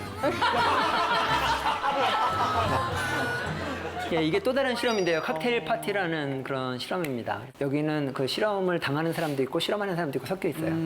예, 그래서 옆에 테이블에서 얘기하는 소리가 잘 안 들리잖아요. 그죠? 네. 어느 정도로 안 들리냐면 옆에 사람들이 갑자기 그 영어를 하다가 갑자기 이탈리아 말을 하고 갑자기 중국말을 해도 못 알아들어요. 바뀐 거를. 그런데 옆에 소리가 들리는 경우가 있어요. 자, 무슨 소리가 들릴까요? 그러니까 어떤 내용이 귀에 솔깃하게 이렇게 들어오게 될까요? 뭐 전화번호 전화번호. 어디 사니? 905 이런 거. 그래서 과학자들이 여러 가지 실험을 해봤어요. 실험을 해봤더니 주로 자기 이름이 나올 때, 그렇죠. 이름이 나올 때, 이거 굉장히 그 중요한 문제잖아요. 누가 내 얘기를 하고 있는 거잖아요. 그래서 예, 그런 경우가 있고, 두 번째는 뭐냐면 약간 성적인 단어가 나올 때. 여기 실험에서 여러 가지 실험을 했지만 그 중에 결론 중에 한 가지가 뭐냐면 우리가 이름과 성적인 그 단어와 같은 걸 달리 해석하면 우리 생존과 그 번식에 굉장히 그 민감하다는 거죠. 평상시에도. 그렇죠, 효진 씨? 잘 들리죠? 이름이. 네네. 네, 그러니까. 가끔가다 제가 이렇게 이름을 불러주면 학생들도 이렇게 자다가 이렇게 깨어나게 됩니다. 맞아. 잠결에서도 이름 소리는 네, 들리더라고요. 그렇죠. 잠결에도 계속 듣는 능력이 계시잖아요. 그렇구나. 비정상이니까. 이거는 저희 그 카이스트 교수님께서 본인의 경험을 얘기해 주신 건데요. 결혼식장에 이제 신랑 입장에서 이렇게 걸어가고 있었던 거예요. 너무 긴장해서 가고 있는데 그 순간에 놀란 게 한 가지 있다는 거예요. 이 교수님이 입장을 할 때 주변에 여성분들을 이렇게 그걸 스캐닝하고 있다는 거예요. 혹시 그 어떤 이쁜 분이 계신가 하고 이렇게. 옛날 여자친구가 봤을까 봐 그런 생각이 나니까. 뭐 그럴 수도 있고요. 그래서 본인이 내가 왜 이러지 이러면 안 되겠다고 이렇게 한번 다시 마음을 다시 고쳐잡았다는 그런 말씀이 어떻게 있더라고요.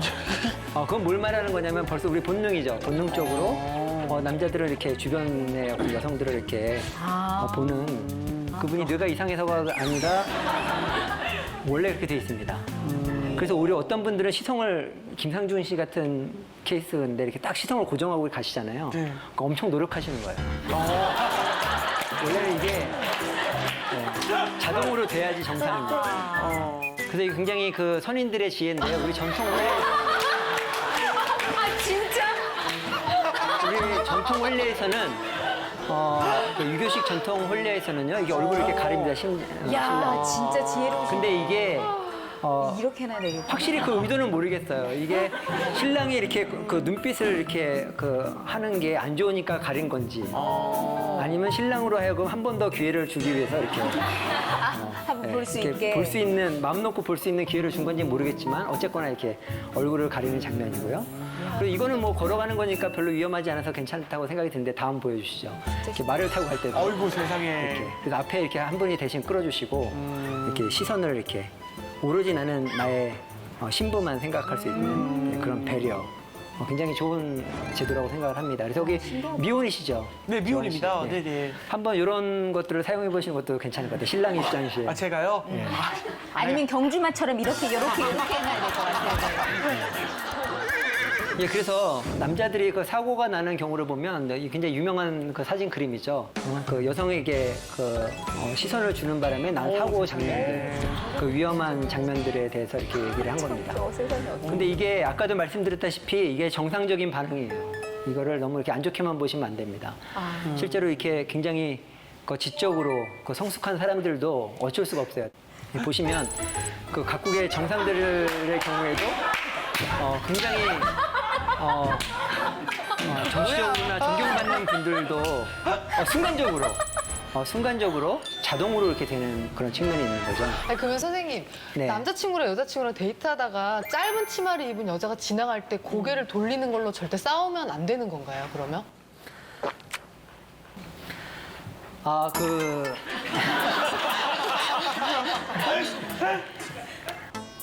굉장히 건강한 뇌를 가졌구나. 이렇게 생각을 해주시면 되겠습니다. 교수님 말씀하시니까 다들 하는군요. 제가 와이프한테 얘기했다 진짜 맞을 뻔했거든요. 그래서 남성분들은 또 이 시선을 잘 이렇게 조정을 하셔야 되겠죠, 그죠? 그래서 이게 어떻게 하면 우리가 시선을 이렇게 잘 고정시킬 수 있을까? 그래서 그게 아이디어 상품이 하나 나왔어요. 그래서 그거에 대한 그 홍보 동영상을 제가 잠깐 보여드리도록 하겠습니다. 굉장히 유명한 여배우인데요. 네. 이 여성들이 불만인 거죠. 그 남성들의 시선이 얘기할 때 눈을 봐야 되는데 왜 이 시선이 이렇게 되느냐. 눈을 봤으면 좋겠다.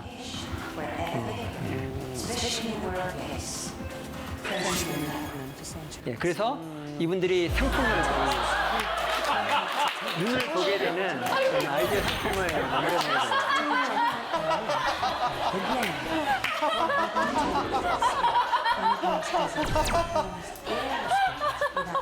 세상에. From head to tail, reusable and easily. There's a forehead to tail for everyone. Because respect never goes out of style. 네, 여기까지. 그래서 어느 정도는 이해를 해주셔야 되고요. 그렇지만 그 뇌도 이게 조절할 수 있는 기능이 있기 때문에 여러분 시선들을 항상 얘기할 때는 그 눈을 마주치고 이렇게 얘기하는 습관을 들이는 게 중요하겠죠. 그래서 이게 왜 그런가? 그 뇌 신경회로가 아예 그렇게 되어 있습니다. 그거를 고정행동 패턴이라고 그러는데요.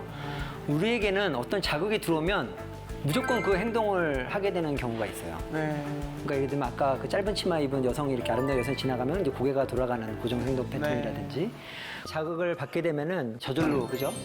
생각나게 하는 그런 것들이 고정행동 패턴입니다. 그래서 이 니코 팀버젠, 그다음에 이 로렌츠 콘라드, 그다음에 칼 펌프리시 박사님들이 동물에서 이런 고정행동 패턴을 이렇게 찾아내셨어요. 이제 그 중에 하나가 뭐죠? 그 왜 여러분 다 알죠? 오리가 태어나자마자 그 엄마를 보고 그죠? 마치 진짜 엄마가 아닌데도 불구하고 사람을 따라가는 네, 그런 것들 있죠. 그래서 사람도 마찬가지로 이런 고정 행동 패턴들이 많이 있죠. 네, 다음 슬라이드 보여주십시오. 구지성 씨한테 제가 질문 드릴게요. 이 두 사진 중에 어떤 게 더 매력적인가요? 똑같은 분 아닌가요? 근데 다 좀 김효진 씨는 어떤가요? 저는 왼쪽 사진이 좀 더 매력적으로 보이는. 난 비슷한데. 그렇죠. 그러면 문천식 씨, 왼쪽 사진이 더 좋아 보여요. 그다음에 재환 씨. 저도 왼쪽 사진이 좀 더 좋아. 예, 이게 실제로 논문에 나온 실험인데요. 남성분들하고 여성분들하고 실험을 해보면 여성분들은 대부분 다 50대 50, 뭐 다 착하게 보인다, 이쁘네 이렇게 보이는데요. 남성분들 한번 손 들어 보십시오. 이쪽 여러분 보시기에 왼쪽이 더 약간 매력적이다. 예, 대부분 남성들이 손을 드시는데요. 왼쪽 사진이 그 가임기 때 찍은 사진이에요. 예? 그리고 이쪽 사진이 에이, 설마. 정말입니다. 남성들은 그거를 구별할 수 있는 능력이 있어요. 놀라운 능력이. 몰랐어요?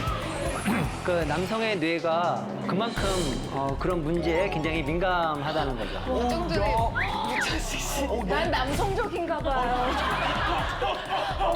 아까도 얘기했듯이 김효진 씨는 패턴 분리가 되게 잘 되고요. 뭔가를 객관적으로 바라보는 분석 능력이 되게 탁월하십니다. 제가 과학을 하셨으면 제가 대학원생으로 받고 싶은 거예요. 지금도 괜찮나요? 예, 그런 것들이 굉장히 그 과학하는 데 중요한 능력입니다. 편견이 없이. 그리고 이거 또 다른 건데요. 그 남성과 여성이 선호하는 연령대입니다. 그래서 이 보라색은 여성의 선호도, 이 오렌지색은 남성의 선호도인데요.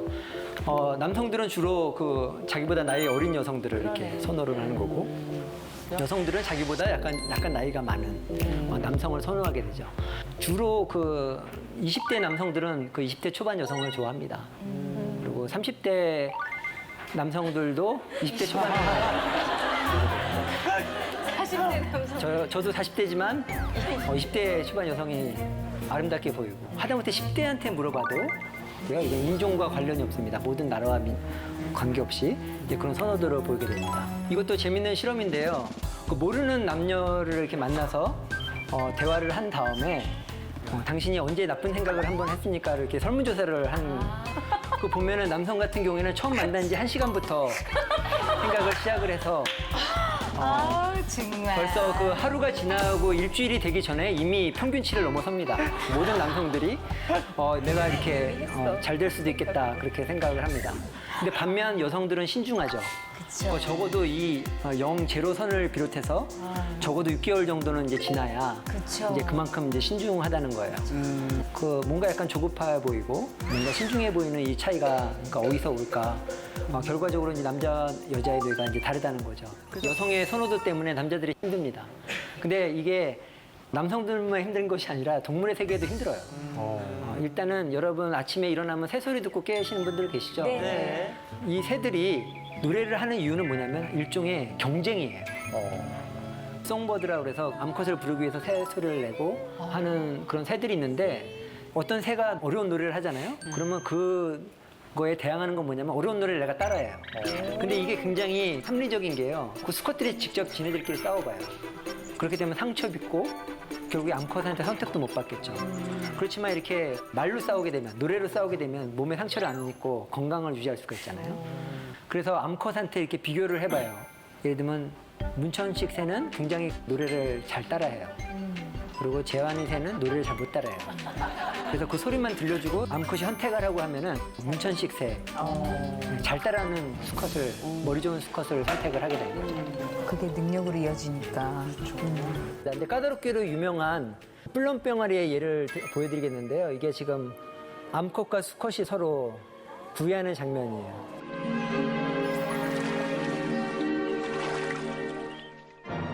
먼저 뛰는 게 암컷입니다. 암컷이 이렇게 신기하다. 무리를 뛰어가게 됩니다. 싱크로나이즈 그거 하는 거 같아, 그치? 너무 귀엽다. 그래서 이 뿔렁병아리는 잠수성 오리이기 때문에 다리가 엉덩이 끝에 달려 있어요. 그래서 이렇게 무리를 이렇게 뛸 수가 있습니다. 너무 귀엽다.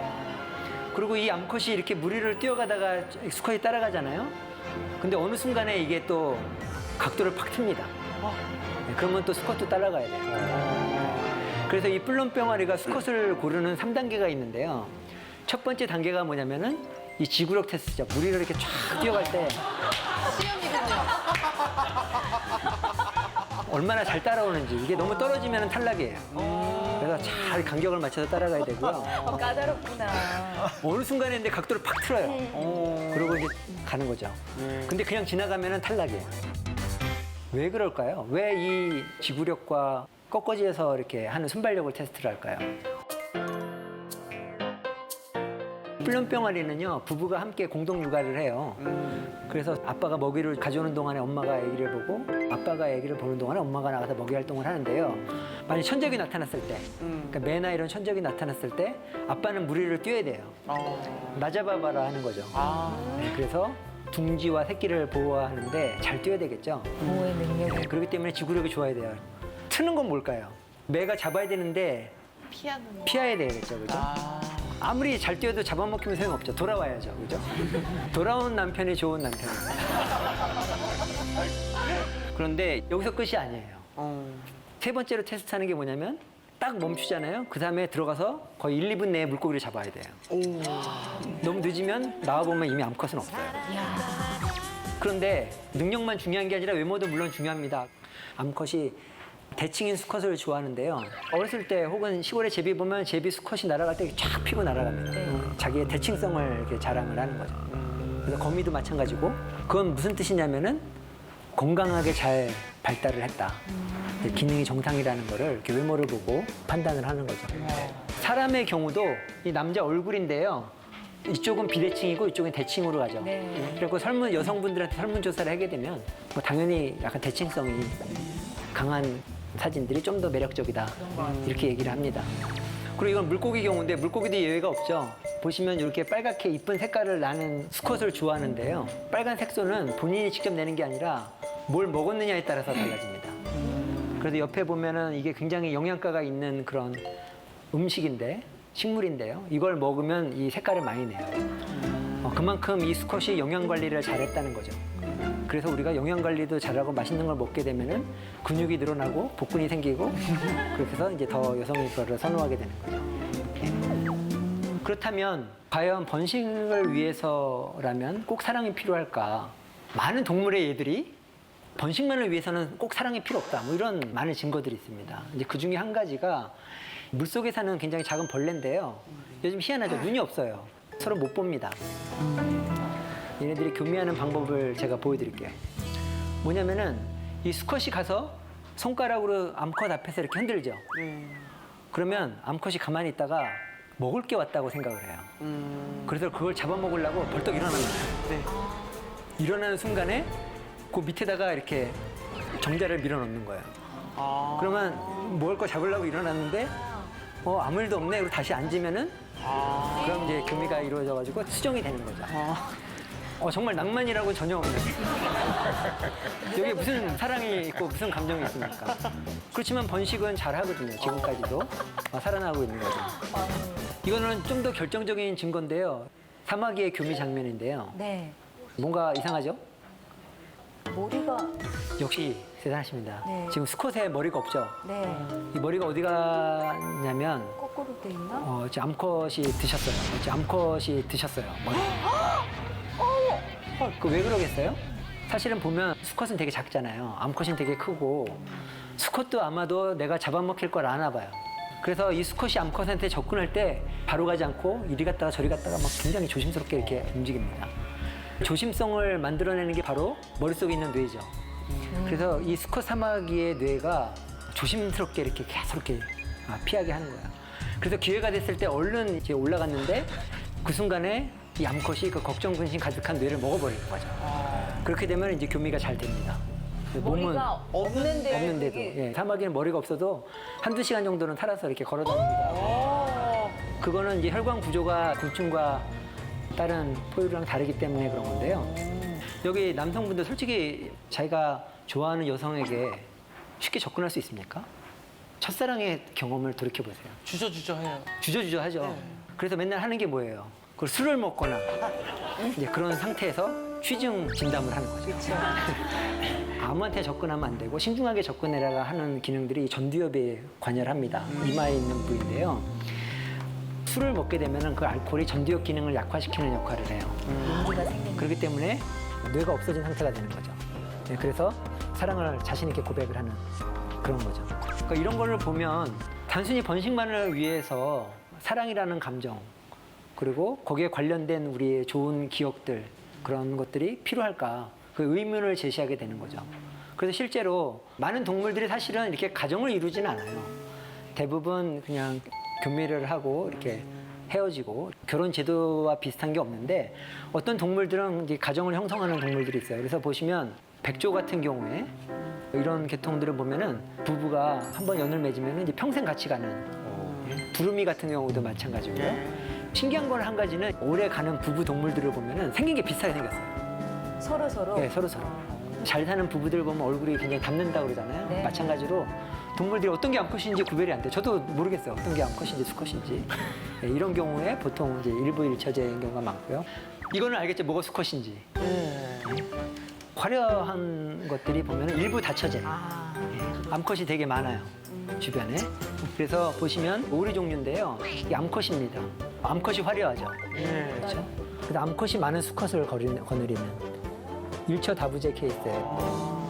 이 대목에서 좀 응용을 해보시면 지금 미혼인 분들이 너무 이렇게 화려한 남성을 선호하시는 거는 안 좋은 것 같아요. 비록 복근이 없더라도 다양한 것을 고려해가지고 배우자를 결정하시면 굉장히 좋을 것 같습니다.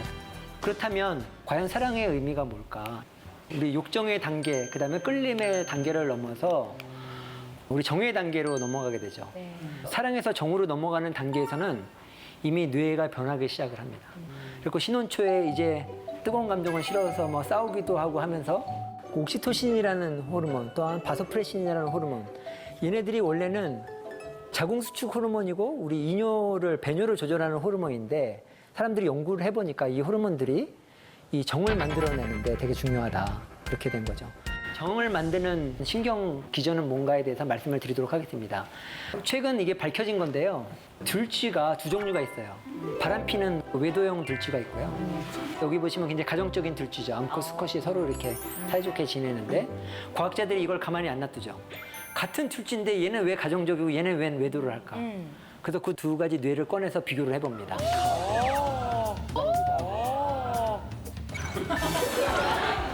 어떻게 얘기할까요? 꺼낸 게 좀 자극적인가요? 제 직업이기 때문에 어떻게 해서 과학자들은 뭔가를 이제 꺼내서 이렇게 봐야 되니까. 그래서 그 두 뇌를 비교를 합니다. 비교를 해가지고 드디어 원인 물질을 찾아내게 돼요. 이 뇌를 이렇게 자른 단면인데요. 보시면 아래쪽에 까만 점 같은 게 보이시죠? 네. 그게 뭐냐면 배측 창백이라는 그런 뇌 부위예요. 특수 뇌 부위인데요. 시상하부에. 거기에 바소프레신 리셉터가 굉장히 수용체가 많이 발현이 됩니다. 아까 바소프레신이 굉장히 그 정을 만드는 데 중요하다고 그랬죠? 이 바소프레신 신호를 받는 그런 유전자가 굉장히 이 가정적인 생쥐에 많이 발현을 하고 있었던 거예요.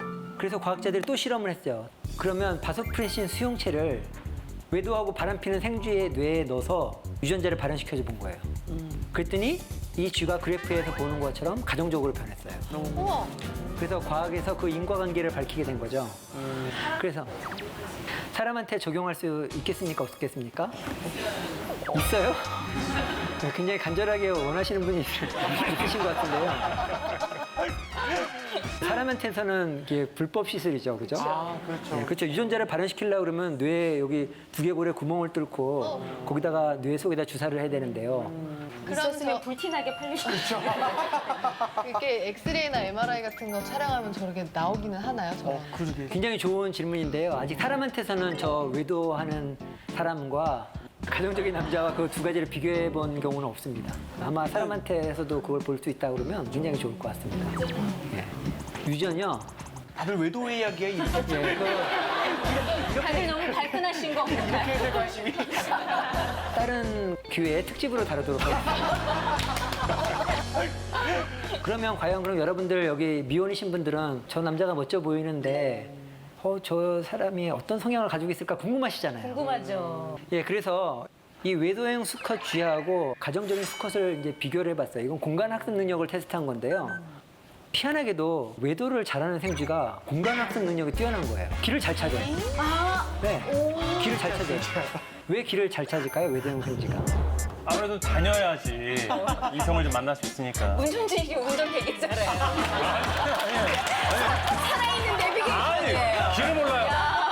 내비 없으면 아무도 못 가요. 개그맨들 사이에서 길은 문천식 씨의 모르라는 길을 얘기가 몰라요. 있거든요. 길을 모릅니다. 야 답이 거의 맞았습니다. 뭐냐면 돌아다녀서 많은 암컷을 만나야 되는 필요도 있고요.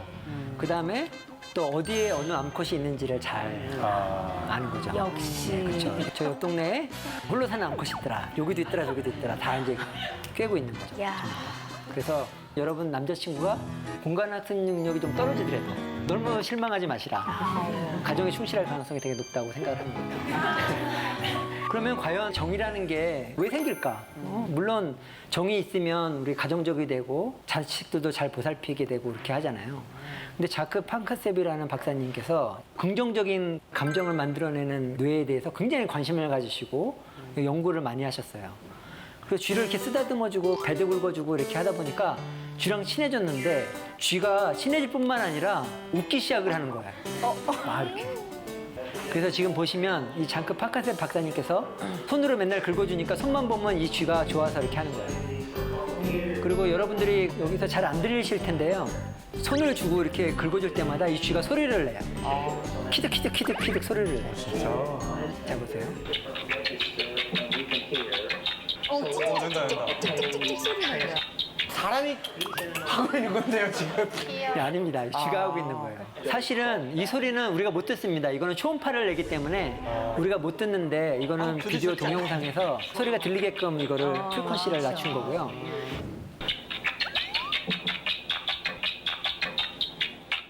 사실은 이게 사이언스에 나온 결과예요. 근데 좀 아까운 것 중에 하나는 뭐냐면 제가 이걸 알고 있었어요. 왜냐면 쥐가 사납고 그렇거든요. 근데 볼펜 같은 걸 이렇게 긁어주면 얘가 좋아가지고 이렇게 눕기도 하고 그랬던 거 알았어요. 그래서 실험할 때 항상 그렇게 했거든요. 쥐를 다루는 방법을 알고 있었는데 웃을 줄은 몰랐던 거예요. 그리고 어느 대학에서 또 제가 쥐를 잘 만진다고 하니까 뭔가 좀 도와달라고 연락이 왔어요. 그래서 제가 그 대학을 갔어요. 그랬더니 거기 실험실 학생들이 흰 가운을 입고 이렇게 쫙 도요를 하고 있었어요. 그리고 저도 굉장히 으쓱해지잖아요. 그래서 제가 쥐를 만지는 사람으로서 이제 딱 가운데를 이렇게 흥분한 식으로 갔어요. 그리고 뭘 도와드릴까요? 물어보니까 학생들이 쥐를 못 만지겠다는 거예요. 뭐 그 정도야 제가 간단하게 도와드릴 수 있습니다. 갔어요. 그런데 여러분 아셔야 될 게 쥐가 두 종류가 있어요. 생쥐가 있고 렛이라는 큰 쥐가 있잖아요. 아이고. 그래 보통은 생쥐를 연구하시는 분들은 생쥐를 쥐라고 하고요. 렛을 연구하시는 분들은 렛을 쥐라고 합니다. 근데 그게 렛이었는데 그냥 렛이 아니라 굉장히 나이 들고 큰 렛이었어요. 그래서 이런 강아지만한 렛이 있었어요. 그래서 갔는데 강아지만한 렛이 이미 벌떡 일어섰어요. 이렇게. 눈을 이렇게 뜨고 거기가 식품영양학과였는데 뭘 잘못 먹이셨나 봐요. 그래서 얘가 공격성이 대단하게 돼서 이렇게 누런 이빨을 내밀고 얘가 일어서 있었어요. 뒤에서는 이제 박수를 치고 있고. 그다음부터 어떻게 했냐면은 내가 손에 피를 흘리는 한이 있어도 이거는 옮겨야 되겠다. 그렇게 생각하고 한 게 뭐냐면은 막대기를 하나 달라고 해서 볼펜으로 이렇게 긁기 시작을 했죠. 목욕을 안 하잖아요. 보통 실험실에서. 얘가 이제 몸을 대기 시작을 하든지 이제 긁어주니까 시원하니까 한 10분 있으니까 두루 눕더라고요. 그래서 제가 손으로 긁어주고 딱 들어서 이렇게 옮겼더니 그때부터 우루야 같은 이렇게 동물도 뇌에 좋은 감정을 만들어내는 관계가 있고 저와 관계가 형성이 된 거죠. 긁어주는 거라서. 제가 떠나는데 되게 슬퍼하는 거죠. 사람에 대한 좋은 감정이 무슨 기능을 하느냐. 과학자들이 연구해 보니까 그 중에 중요한 기능 중에 하나가 분노를 억제하는 기능이 있습니다. 사랑과 분노는 동전의 양면과 같아서요. 사실은 사람들이 정말 분노하지 않고 다들 천사 같다면 어떻게 보면 사랑이 필요하지 않을 수도 있어요. 근데 정말 사회가 각박하고 경쟁하고 저 사람이 나를 방해해도 화가 나고 방해 안 하고 너무 잘 나가도 화가 나고 뭐 이런 정말 분노의 사회잖아요. 분노가 있다는 것 자체가 사랑의 중요성을 이제 얘기를 하는 거죠. 이건 분노와 사랑을 극단적으로 보여주는 그 향수라는 영화죠. 그래서 이 사람이 재판대에 섰잖아요. 그래서 온 관중들이 청중들이 이 사람을 죽여라 막 항의를 하고 막 분노를 하는데 이 사람이 향수를 뿌리죠. 그 순간에 뇌에서 그 사람을 좋아하게 되는 회로가 활성화되면서 분노가 잦아드는 이제 그런 영화가 되는데요. 이게 신경과학적으로 사실은 의미가 있습니다. 그래서 신경과학자들이 연구를 해봤어요. 이 분노 회로와 사랑 회로가 무슨 관계가 있는지를 연구를 해봤습니다. 이게 네이처에 나온 논문인데요. 사랑과 분노의 회로가 굉장히 가까이 있어서 서로 억제하는 기능을 한다는 거죠. 그래서 사랑은 분노를 억제하고 분노는 또 사랑을 억제할 수 있고 이런 관계가 있다는 신경 뇌지도에 관한 논문이 되겠습니다. 그래서 제가 한번 보여드릴게요. 이 쥐들은 소리가 나는 게 뭐냐면 신경의 활성이에요. 이게 신경이 한번 흥분할 때마다 나오는 소리예요. 이게 기본이고요. 근데 여기 수컷을 넣어주면 그죠? 이 공격성과 분노가 나올 때 이 신경이 마구마구 활성화가 더 되는 거죠. 그러면 이 신경이 분노를 만들어내는 신경세포인 거를 알 수가 있는 거죠. 이 수컷 생쥐가 들어오기 전까지는 굉장히 조용한 소리가 나다가 들어오니까 굉장히 소리가 커지는 거죠. 그죠? 다음에는 뭐냐면 자, 이게 아까 그 똑같은 분노 신경세포예요. 신경세포가 화를 내고 있죠. 따딱따딱. 여기다가 암컷을 넣어줍니다. 그럼 한번 보세요. 어떤 일이 일어나는지. 조용하죠. 와, 신기하다. 그러니까 이게 신경회로의 원리입니다. 굉장히 순식간에 일어나잖아요. 이게 바로 이 두 가지 종류의 신경세포가 아주 가까이 등을 맞대고 있다는 거예요. 그래서 이번에는 사실은 암컷이에요. 그래서 얘가 구행동을 하고 교미행동을 하려고 하는데 이 순간에 빛으로 분노 신경을 자극해 준 거예요. 억지로 과학자들이. 그랬더니 가정폭력이 일어나기 시작을 합니다. 그래서 이 분노신경의 기능은 어떤 그런 좋은 감정들을 억제하고 분노 행동을 나타나게 되는 거죠. 그리고 또 다른 비디오인데요. 이거는 화를 낼 필요가 없는 전혀 상관이 없는 고무장갑이에요. 거기다 빛을 주게 되면은 얘가 이제 여러분 화났을 때 막 벽을 친다거나 엉뚱한 병을 깬다거나 그런 이제 행동이 빛을 자극할 때만 나타나게 되고 이제 빛을 끄게 되면 그런 행동이 이제 사라지게 되는 거죠. 그래서 결국에 그 신경과학자들이 아는 거는 뭐냐면 사랑과 공격 신경세포가 서로 억제하는 관계다. 이런 것들을 알 수가 있었고요. 그래서 우리가 여기서 하나의 아이디어를 얻을 수 있는 거는 굉장히 지금 사회가 각박하고 학교 폭력도 심각하고 그렇죠. 그래서 여기서 우리가 폭력을 없애려고만 노력할 게 아니라 학생들에게 정말 우정을 쌓고 서로 좋은 감정을 가질 수 있는 기회를 만들어 준다고 하면 이런 폭력적인 것들이 저절로 억제가 되지 않을까. 이게 이제 신경과학적인 조언이 되겠습니다. 또 다른 그런 좋은 감정의 기능이 뭔가?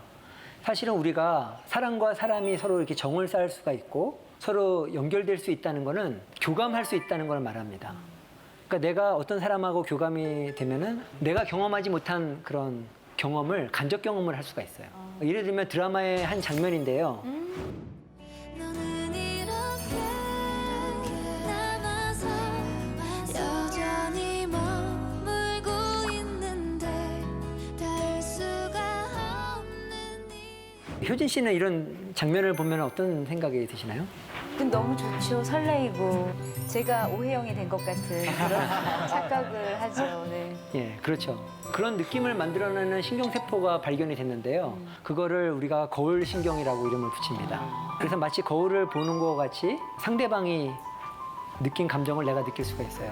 분명히 남자 배우가 여자 배우 어깨에 손을 얹었는데 시청하시는 아주머니들의 등이 따뜻하게 느껴집니다. 맞아요.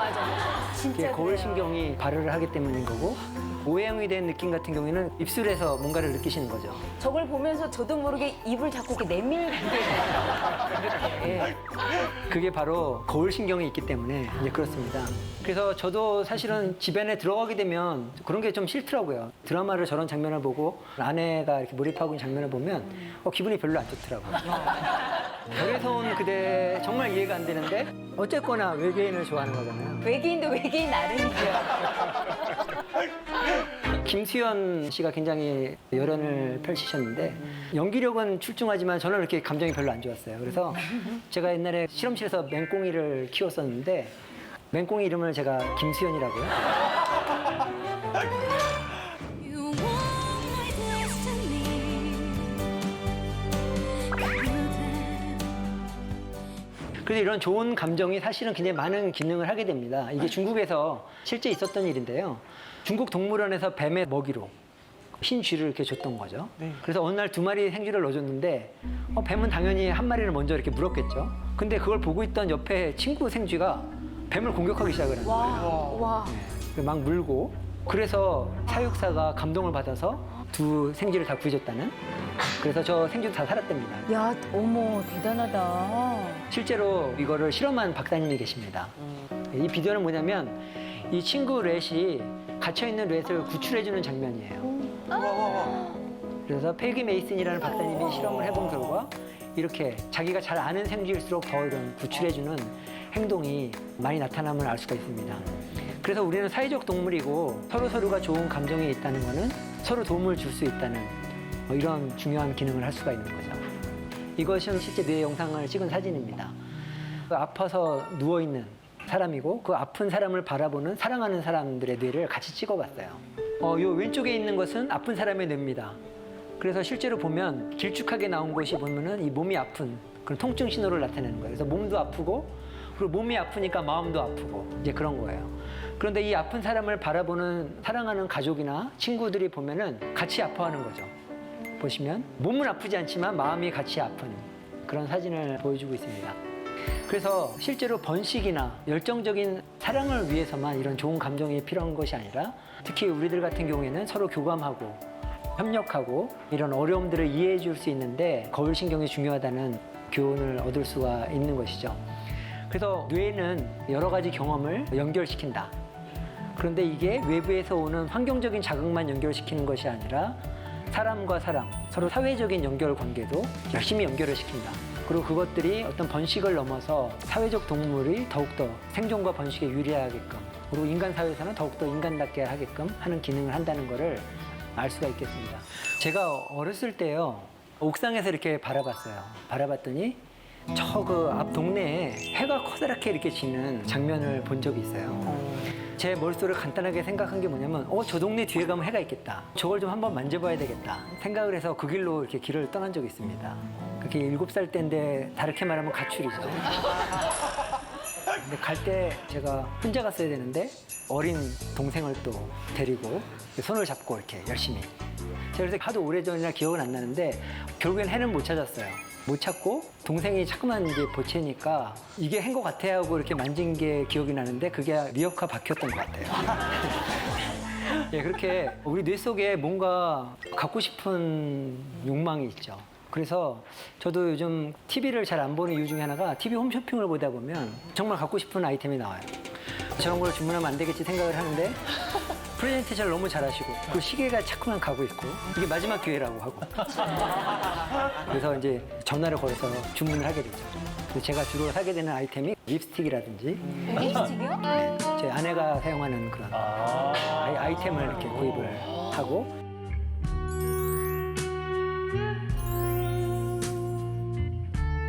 저희 아내는 반품을 하고 저희 아내는 반품을 하고 그렇게 됩니다. 그래서 오늘 이렇게 우리 뇌에 있는 지름신 회로 왜 이렇게 우리가 재물에 대해서 탐욕을 갖게 되는가에 대해서 말씀을 드리도록 하겠습니다. 이 내용의 일부는 제가 세계경제포럼에서도 발표한 내용이기도 합니다. 와.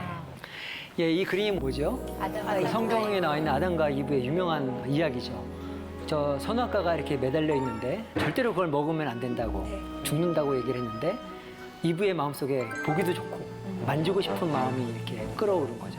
그래서 결국에 선악과를 잡아서 맛도 보고 남편한테도 주고 같이 망하는 그런 슬픈 이야기인데 결국에 선악과 아이템으로 인해서 생성된 거죠. 만일에 저거를 갖고 싶은 욕망이 애당초부터 없었다면 이런 일은 안 일어났겠죠.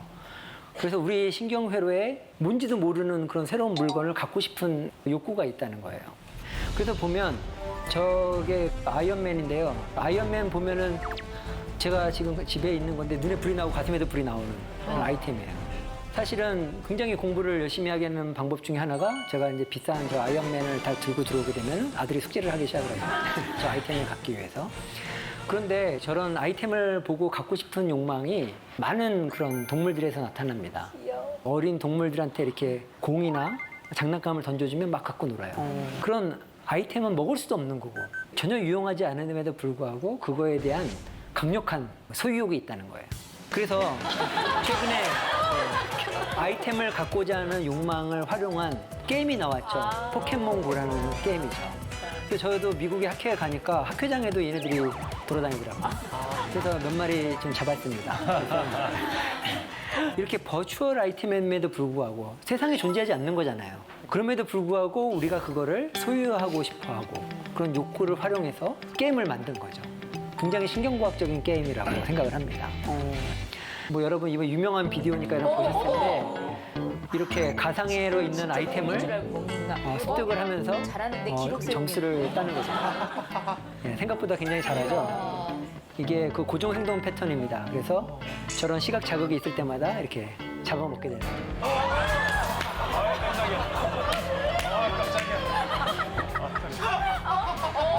버추얼 아이템이 없어지고 리얼 아이템이 나타나니까 얘가 또 반응을 하게 되고 쉽게 말하면 뭐예요? 이 전 시간에 봤을 때 이게 패턴 뭐가 안 되는 거죠?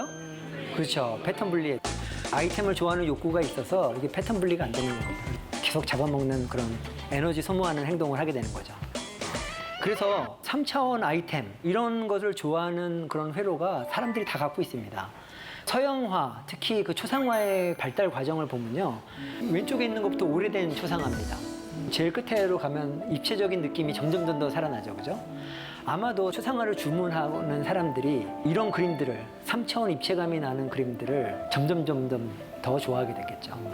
그래서 제가 생각한 가설 중에 하나는 아마도 우리 뇌 신경 회로에 이런 3차원성을 좋아하는 그런 회로가 있지 않을까. 그래서 많은 것들이 이제 3차원화가 되는 거죠. 3차원 영화도 나오고 3D 영화가 많이 나오게 되는 거죠. 그리고 현대 미술의 거장이죠. 앤디 워홀 네. 같은 현대 미술의 거장은 뭐라고 얘기했죠? 모든 사물, 우리 주변에 있는 모든 사물이 액자에만 넣으면 예술 작품이 된다. 이렇게 얘기를 하셨죠. 그래서 옛날에는 열심히 그림 그리고 예술 작품을 만들려고 노력을 했는데 이제는 변기를 엎어놓은 것도 작품이 될 수가 있고 캔 뚜껑도 그 자체로 작품이 될 수가 있는 거죠. 이게 신경과학적으로 굉장히 의미가 있는 사건이라고 생각합니다. 우리 뇌에는 어떤 3차원 물체든지 거기서 아름다움을 발견하고 그걸 갖고 싶은 욕망을 만들어내게 되는 그렇게 되는 것이죠. 그래서 똑같은 그림이라도 2차원 그림인데요. 이걸 갖다가 이렇게 뒤집으면 3차원 그림을 봤을 때 뭔가 우리가 새로운 느낌을 갖게 되죠. 그거는 뭐냐면 우리 뇌에 뭔가 3차원 자극을 볼 때마다 갖고 싶은 감정 그런 것들을 갖게 되는 그런 실험이 되겠습니다.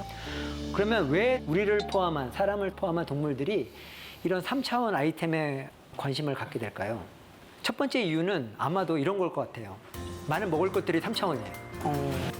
여러분 2차원 라면 드셔본 적 있어요? 라면 다 3차원이죠, 그죠? 네. 사과도 그렇고 모든 먹을 것들이 3차원입니다. 그래서 3차원 물체들을 많이 이렇게 관심을 갖고 만져보다 보면 그 중에 먹을 것들을 발견할 확률이 높아지겠죠. 네, 그래서 먹이 활동을 할 때 굉장히 중요한 기능을 하게 됩니다. 그래서 많은 동물들이 3차원 물체 중에서 먹을 수 있는 물체를 봤을 때 특히 많이 이렇게 가져오려고 그러죠. 이걸 두 글자를 뭐라 그래요? 욕심. 근데 보면은 이게 자기가 먹을 만큼만 가져오는 거가 아니라 먹을 것보다 더 많이 가져오게 되죠. 근데 이게 사람뿐만 아니라 많은 동물에서 나타나는데 욕심이라고 나쁘게만 볼 게 아닙니다. 왜냐하면 자연계에는 먹을 게 항상 흔하지 않아요. 근데 있을 때 많이 먹어야 돼요. 그래서 지방으로 축적해내야 되고. 그래서 아까 비만 문제도 이렇게 생기시고 하는 건데 뱃살. 우리가 이 욕심은 어디서부터 오느냐? 이런 아이템을 굉장히 많이 소유하고 싶은 마음이 강한 그런 느낌이 사실 우리 생존에 도움이 될 수 있다는 거예요. 예를 들면 먹을 게 많은데 먹을 것만 먹고 배부르면 가만 놔뒀다고 생각해 보십시오. 나중에 먹을 게 이제 사라졌을 때 굶어 죽을 확률이 높아지겠죠. 그래서 이런 아이템에 대한 욕심이 생존에 되게 중요하다. 그리고 제가 실험을 해봤어요. 이게 쥐의 위입니다. 그래서 이쪽 쥐는 지금 배고픈 쥐고요. 저쪽 쥐는 배부른 쥐예요. 근데 이쪽 쥐는 이미 배가 불렀음에도 불구하고 동글동글한 요 아이템을 계속 모으고 있죠. 그래서 이게 식탐이라고 얘기할 수도 있고 욕심이라고 얘기할 수도 있죠. 이렇게 동물들은 배가 불러도 될 수 있으면 많이 배에 채우고 또 나머지도 이렇게 모아서 이렇게 저장해놓고 쌓아놓는 이제 그런 본능이 있습니다. 그리고 두 번째 이유로 이런 아이템 선호도는 어디서 오느냐? 이게 남녀 간의 문제로 또 이게 비화가 되는데요. 암컷들이 좋아해요. 예를 들면 저 뉴기니에 있는 이 새 같은 경우에는 바오버드라는 새인데요. 쓰레기를 모으는 걸 좋아해요. 쓰레기를요? 네, 쓰레기, 아이템. 무슨 아이템이든지 관계없이 이렇게 둥지 주위에다가 아이템을 모아놓으면 암컷이 이렇게 찾아옵니다. 그 암컷이 이런 쓰레기가 많은 환경을 좋아해요. 왜 그런지 모르겠는데. 무섭네. 그래서 이게 지금 물건을 물어오는 바우어버드입니다. 그래서 사람들이 이렇게 플라스틱은 전혀 필요가 없는 거잖아요. 이걸 뿌려놔도 이게 다 모은 거예요. 이 수컷새가 애들이. 예, 그리고 이제 돈을 먹을 수 없는 건데도 불구하고 이렇게 돈을 모아다 주면 또 암컷이 좋아하고. 아는 거 아니야? 그래서 5만 가지 사람이 만든 쓰레기도 모아놓으면 또 암컷이 좋아해서 이렇게 하는 그랬던 거죠. 그래서 암컷이 좋아하기 때문에 계속 이런 아이템을 모으게 될 거고 그게 또 번식에 성공을 해서 계속 그 유전자가 전달이 되겠죠. 그래서 수컷들 같은 경우에는 3차원 아이템을 이렇게 몸에 지니고 암컷을 유혹하는 그런 공작새와 같은 수컷들이 있죠. 이게 생존에는 거의 도움이 안 돼요. 실제로 수컷 공작새가 이게 날개 피다가 많이 잡아먹힌다 그래요. 눈에 잘 띄어가지고. 그럼에도 불구하고 잡아먹히는 것보다는 여성한테 선택을 받아서 유전자를 전달하는 게 더 중요한 문제겠죠. 그래서 우리가 저런 화려한 공작새를 이제 볼 수가 있겠죠. 네, 다음. 네. 근데 그것뿐만 아니라 이 새는 머리에 이렇게 보면은 3차원 물체를 달고 이제 춤을 추죠. 우와! 그래서 온몸이 아이템이에요. 이야! 그러니까 많은 수컷들이 이렇게 춤을 추는 행동을 보이는데요. 이거는 자기 몸의 3차원성을 활용을 해서 암컷을 조명이 나오는 유혹하는. 거예요? 너무 귀엽다. 물 머리에 들고 돌리는 거예요.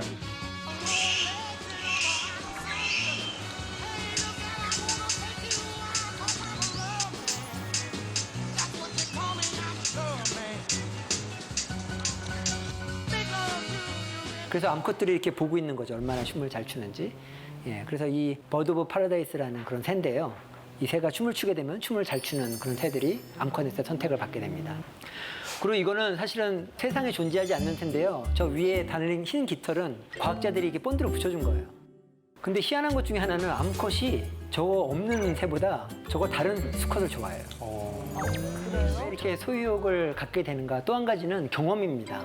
제가 어렸을 때 저희 아버님이 해외에 일을 하러 가셨어요. 제 기억으로는 사우디아라비아였던 것 같아요. 그래서 거기서 모래바람 부는데 열심히 일을 하시고 저도 아버지를 보고 싶은 마음에 아빠가 빨리 돌아왔으면 좋겠다 그런 소망을 갖고 있는데 아빠가 돌아오진 않으셨지만 저 시계가 저한테 선물로 주어진 거죠. 그래도 그 당시에 저 전자시계는 정말 대박 아이템이었던 거죠. 그래서 이 시계를 차고 있었을 때 제가 얼마나 자랑스럽겠어요. 이 시계는 멀리 있는 우리 아버지가 그럼 다른 친구들은 부럽게 보고 이렇게 차고 다녔어요. 그리고 이제 저희 이제 아버님도 돌아오시고 여전히 저 시계는 저의 자랑이었죠. 그런데 어느 날 저희 아버님이 제 시계를 잠깐 풀으라고 그러시는 거예요. 그래서 풀러드렸더니 저희 아버님이 그 시계를 누구인지 모르겠는데 좀 가난한 친구분이셨거나 아니면 가난한 분한테 드린 거예요. 비용으로 사용하시라고. 그러는 바람에 제가 마음이 어떻겠어요? 시계가 없어졌잖아요. 슬퍼요. 완전 트라우마죠. 그다음부터 제가 시계를 한 번도 찬 적이 없어요. 아, 진짜. 그 아이템에. 시계라는 게 만약에 그냥 찾다가 뭐 잊어버렸으면 몰랐을 텐데 그 시계에 담긴 많은 의미들이 있잖아요. 제가 패턴을 완성을 해서 그동안 아버지 없어도 내가 씩씩하게 지킬 수 있는 이유는 저는 아버님이 많은 좋은 선물을 사다 주실 거라는 기대감에 있었고 그게 내 선물이고 보상인데 그게 없어진 거죠. 그래서 이렇게 어떤 아이템이 원래는 의미가 없었는데 우리 경험적으로 새로운 의미를 갖게 되는 경우가 많이 있습니다. 예, 그래서 이거는 카푸친 몽키로 표현한 건데요. 이렇게 돌을 주면은 음식을 줍니다. 근데 처음에 오이를 줬어요. 맛있게 먹었어요. 뭐 사료보다 맛있죠. 근데 옆에 친구한테는 돌을 주면은 더 맛있는 포도를 줍니다. 그러면 이 돌의 가치는 이미 달라진 거예요. 이 원숭이가 아 그렇구나. 이 돌의 가치는 오이가 아니라 포도였어. 근데 또 오이를 줍니다. 그러면 어떻게 되겠어요? 기분이 나쁘죠. 그래서 열받았어 지금. 화가 나게 되는 거죠. 그래서 원래는 없었던 그런 가치가 생성됨으로써 이 뇌에서 그 오브젝트에 대한 이 3차원 아이템이 이제 고민하는 겁니다. 이번엔 되겠지 하고 믿어봤죠. 근데 또 오히려 줘서 이제는 망연자실하고 드디어 이제 분노를 폭발하게 되는. 그리고 얘는 또 계속 포도를 주고. 그래서 이렇게 3차원 물체로 끝나는 것이 아니라 인간 사회에서는 경제 활동을 통해서 또한 그 사람의 경험을 통해서 아이템의 가치가 바뀌게 됩니다. 제가 이거를 얘기를 하니까 어떤 분은 그래요. 에이, 3차원 가설은 잘못된 것 같아. 왜 그래요? 그랬더니 돈은 2차원인데 사람들 좋아하잖아? 돈을 뿌리면 다 가지려고 하잖아? 그래서 제가 대답을 했어요. 그 돈을 가지고 3차원 물건을 살 수 있잖아. 냉장고도 사고 그렇지 않느냐 이렇게 되는 거죠. 이렇게 의미의 전환이죠. 그래서 우리 뇌에 정말 이런 물건들을 소유하고자 하는 신경회로가 있다는 또 강력한 증거 중에 하나인데요. 이분들은 다른 분들하고 달리 수집증이라는 그런 환자분들이에요. 뭐냐면 물건을 이렇게 모으긴 하는데 버리질 못하시는 분들이에요. 그래서 계속 물건을 집안에 모으고 하다가 결국에는 건강이라든지 생존에 굉장히 위험한 상황에 이렇게 처하게 돼서 나중에는 구조를 해야 되는 그런 위치에 처하게 되는데요. 이것이 뇌의 신경회로의 어느 부분이 좀 잘못됐겠죠. 그리고 그 부분이 아마도 물건에 대한 소유욕을 굉장히 강화시키는 그런 역할을 했겠죠. 그래서 신경과학적인 입장에서는 누구나 다 정도의 차이는 있지만 이런 증상을 보일 수 있다. 그렇게 말씀을 드릴 수가 있겠습니다. 네, 제 오피스입니다. 제가 아이템에 대한 이렇게 트라우마가 있어서 그런지 모르겠는데 이상하게 이렇게 뭘 쌓아놓으면 버리고 싶지가 않아요. 저만 그런 게 아니라 저희 아내도 그래서 집안도 그렇습니다. 그래서 주로 저는 이제 오피스에서 일을 안 하고 밖에 나와서 일을 하죠. 우리 머릿속에 아이템을 갖다가 버리지 않고 이렇게 이제 모아두려는 그런 본능이 있다는 것을 보여줍니다. 저는 설치류를 연구를 하는데요. 이 쥐들도 이렇게 3차원 물체, 그 다음에 2차원 물체를 여러 가지 색깔로 줘보면 2차원 물체에 대해서는 쥐가 별로 반응을 잘 안 해요.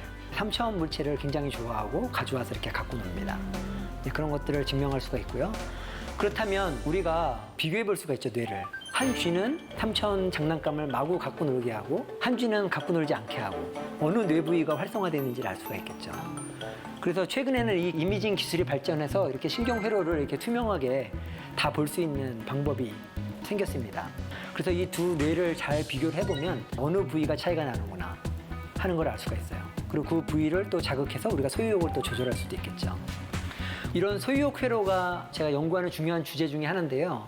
소유욕 회로가 발견이 되고 우리가 왜 탐욕이나 재물에 대한 소유욕을 만들어내게 되는지를 이해하게 된다 그러면 굉장히 큰 일이 일어나지 않겠어요? 네. 물론 긍정적인 효과도 있을 것 같아요. 제가 홈쇼핑에서 마구 주문을 안 하겠죠. 아, 내가 이거 하는 거는 뇌의 장난이야. 내가 속지 말아야지 이렇게 생각을 하겠죠. 반면 기업에서는 정말 소유욕 회로를 자극할 만한 디자인의 물건들을 만들어낼 수가 있겠죠. 또 그게 나쁜 것만은 아니라고 생각이 돼요. 왜냐하면 그 물건을 오래 쓸 테니까 자원을 아낄 수가 있겠죠. 그래서 앞으로는 우리가 이런 탐욕이나 재물에 대한 소유욕조차도 신경회로가 이제 앞으로 밝혀지게 되면은 이 사회에 큰 파급 효과가 있을 것 같아요. 예를 들면 나쁜 마음을 먹으면 굉장히 싸고 아무것도 아닌 거를 비싼 값에 팔 수가 있고요. 사람들이 그런 소유욕을 잘 조절하게 되면은 자원이라든지 어떤 자연 환경을 보호할 수 있는 그런 길이 열릴 수도 있겠죠. 이런 소유욕 회로가 사실은 많은 동물들에게 있습니다. 그래서 이 소유욕 신경회로의 기능이라는 게 뭐냐면은 우리 자연에 대해서 관심을 갖게 합니다. 호기심을 갖게 해요. 그래서 여러분들 어린이들 끌고 마트에 가면은 계산도 안 했는데 이미 손에 들고 있잖아요. 그죠? 네. 예, 그거 다시 갖다 놓고. 예, 그게 이제 그런 회로가 있어서 그렇죠. 근데 이제 엄마한테 계속 야단 맞고 하다 보면 이제 그런 소유욕 회로가 억제되고 그리고 호기심도 좀 줄어들고 이제 공부만 열심히 하겠네요. 저희가 됩니다. 그다음에 또 엄마하고 중학생 자녀 특히 중고등학교 자녀들하고 맨날 싸우는 이유 중에 하나가 게임 중독이잖아요. 게임 중독이 되는 굉장히 중요한 이유 중에 하나는 아이템이에요. 아이템을 습득해서 자기의 캐릭터가 발전을 하게 되면은 더 많은 성취감을 얻게 되기 때문에 그런 거죠. 그래서 여러분들 자녀들에게 현찰을 주게 되면 현찰을 뭘로 바꾸나요? 문화상품권으로 바꾸게 되고 문화상품권에 있는 거를 게임 아이템으로 바꾸죠. 그래서 그걸 수집을 하게 되고 또 최근 기사에 보면 포켓몬고 아이템을 모으신 분이 그 계정을 갖다가 몇 천만 원에 팔았다는 예, 그런 얘기도 있게 되죠. 그래서 게임 중독을 만들게 되고 앞서 말했다시피 쇼핑 중독 이런 거에도 빠질 수가 있겠죠. 그래서 우리가 소유욕 신경회로를 잘 파악하고 탐욕이나 이런 것들을 조절할 수 있다면 이런 많은 문제들을 또한 해결할 수도 있게 되겠죠. 또 한 가지 탐욕 회로의 기능이 뭘까? 이건 약간 억지스러운 주장일 수도 있고 과학적으로 증명이 안 될 수도 있는데 소유욕이 있고 이 탐욕 회로가 있다는 것은 나눔의 전제 조건이다. 좀 이상하죠? 보통 이 탐욕이 있기 때문에 나눔이 없다고 생각을 하는데 만일에 생각해 보십시오. 우리 모두가 선물이라든지 그런 아이템에 대한 소유욕이 전혀 감정이 없어요. 그러면 나눔이 가능하겠습니까? 선물을 줘도 기쁘지 않겠죠.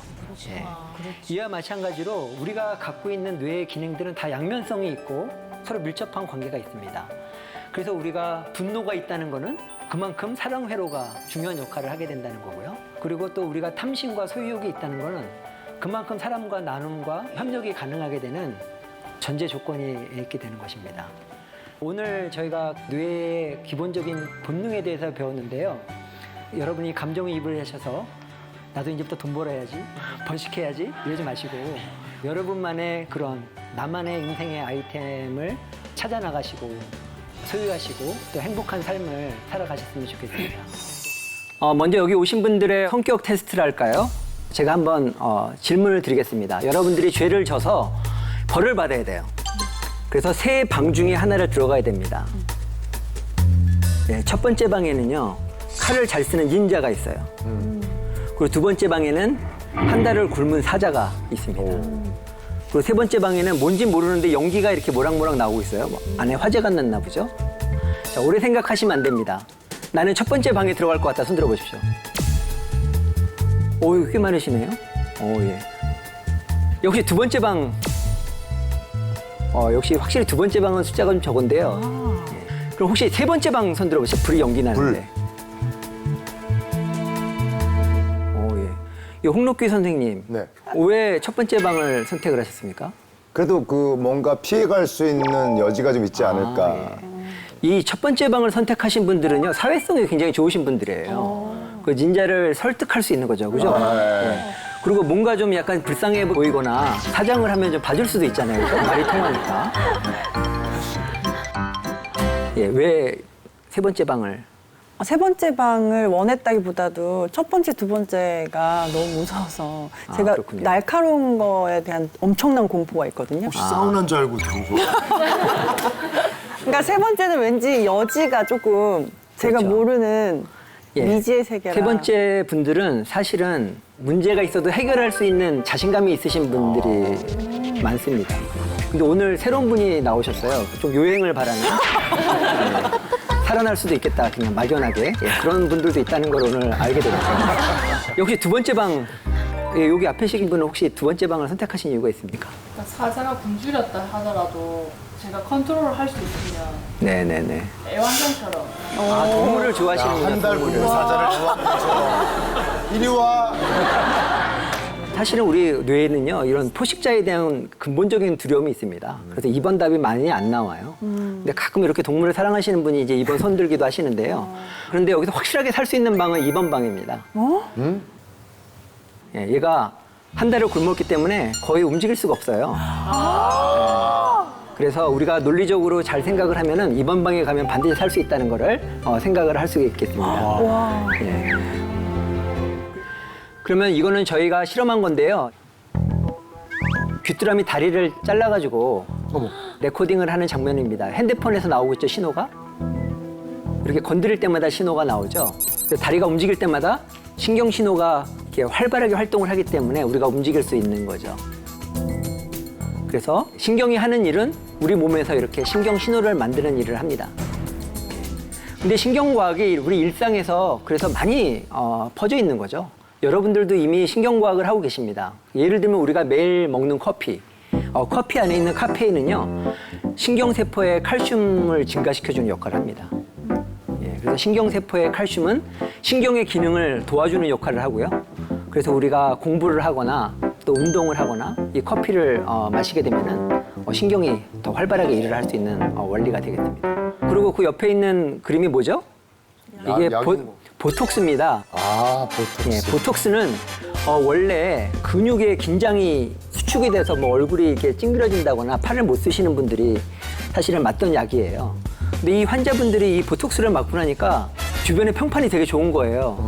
어머, 너무 젊어졌다. 그래서 근육과 신경이 연결돼 있는데 이 보톡스는 그 연결을 끊어줍니다.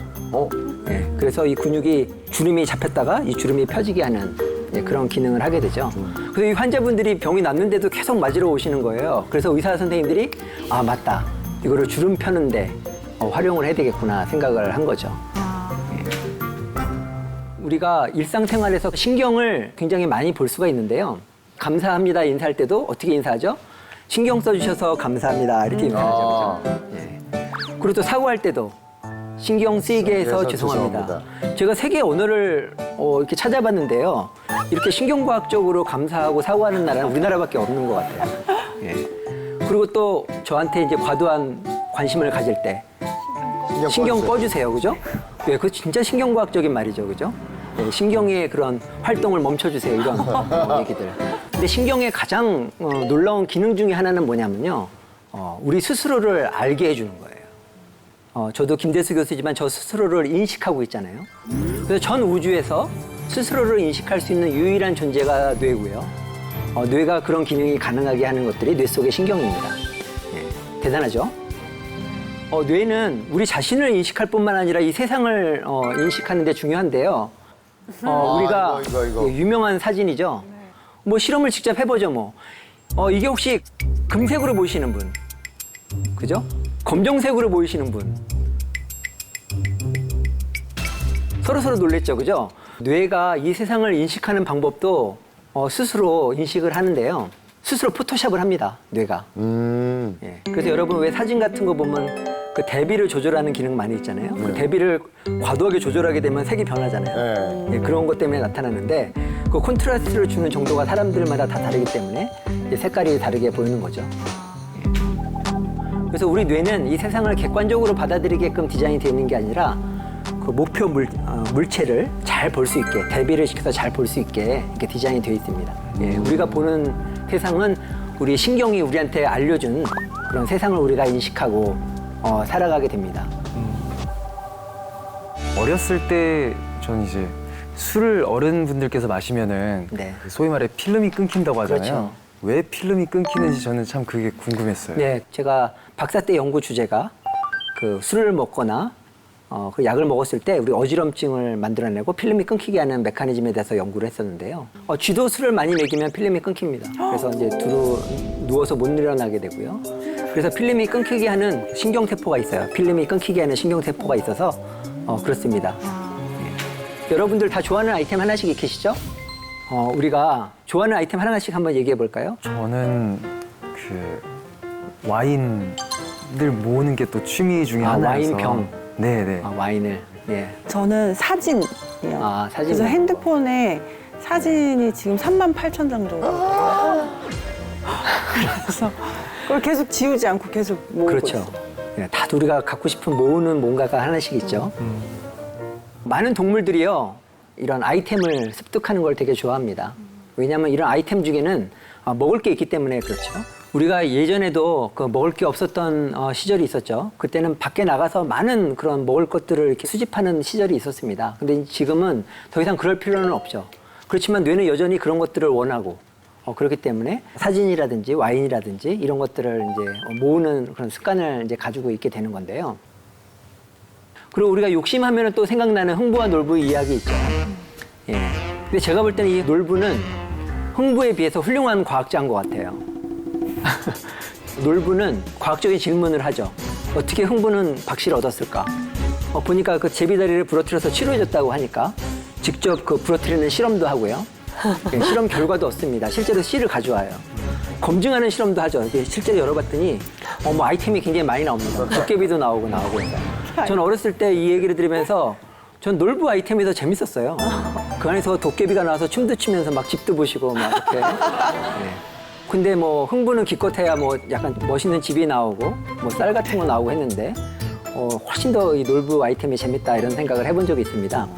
자, 그런데 재밌는 현상이요. 저희 실험실에서 이게 실험한 그림입니다. 요 한쪽에 있는 쥐는 배고프죠. 위가 쪼그라들어 있잖아요. 배고픈 상태에서 이렇게 먹을 거를 주게 되면은 계속 먹습니다. 근데 오른쪽 쥐는 이미 배가 불렀죠.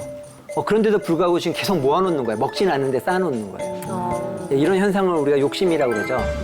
근데 욕심이 나쁜 것만은 아닙니다. 왜 나쁜 거가 아니냐면요. 이 자연에는 먹을 것들이 항상 존재하지 않습니다. 그래서 있을 때 먹어야 되기 때문에 이렇게 많이 모아놓는 욕심은 미래를 대비한다고 볼 수가 있겠습니다. 우리는 주어진 시간에 한 번에 한 가지 욕구를 위해서만 행동을 할 수가 있습니다. 이른바 욕망의 채널입니다. 욕망을 눌렀다고 생각하잖아요. 없앴다고 생각하잖아요. 그게 아니고요. 다른 욕망을 가지고 생활하고 있을 뿐이에요. 우리는 욕망의 채널을 하루에도 몇 번씩 바꾸면서 생활을 합니다. 그래서 제가 실험을 해봤습니다. 이 수컷 쥐한테 암컷 생쥐와 물건을 같이 넣어줬어요. 그런데 지금 이 수컷 생쥐가 암컷 생쥐한테 구애를 하는 장면이에요. 저 관심 있어요. 시간이 있으세요? 관심을 보이는 거예요. 이 암컷 생쥐가 보니까 괜찮은 것 같아요. 전망이 있어 보여요. 그래서 호감을 갖고 이 암컷 생쥐가 좋아요. 한번 우리 사귀어 볼까요? 하고 이제 접근을 하는 거예요. 근데 그 순간에 그 물건에 대한 욕망 회로를 자극하기 시작했어요. 과학자들이. 그래서 이 쥐는 이미 욕구가 채널이 바뀌었어요. 이제 더 이상 이 암컷에 대해서 관심 있는 것이 아니라 물건에 관심이 있어서 지금 막 여러 개 뒤지고 있는 거예요. 그리고 공격도 하고 나는 지금 물건을 찾아야 돼 하고 계속 관심을 갖다가 물건을 찾았어요. 여기다. 그러니까 아름다운 암컷 생쥐를 두고 게임 아이템만 이렇게 수집하는. 와, 신났어. 난리 났어. 계속 이렇게. 좀 황당하죠, 그죠? 이렇게. 집에 와서 게임만 하는 남편. 그런 장면이 돼 있는 거예요. 욕망의 채널이 이렇게 바뀌어서 이렇게 나온 현상이 되겠습니다. 그리고 이건 또 드라마틱한 경우인데요. 이게 밥은 원숭이인데 이 레오파드가 사냥을 했어요. 근데 그 순간에 옆에 아기가 있었던 거예요.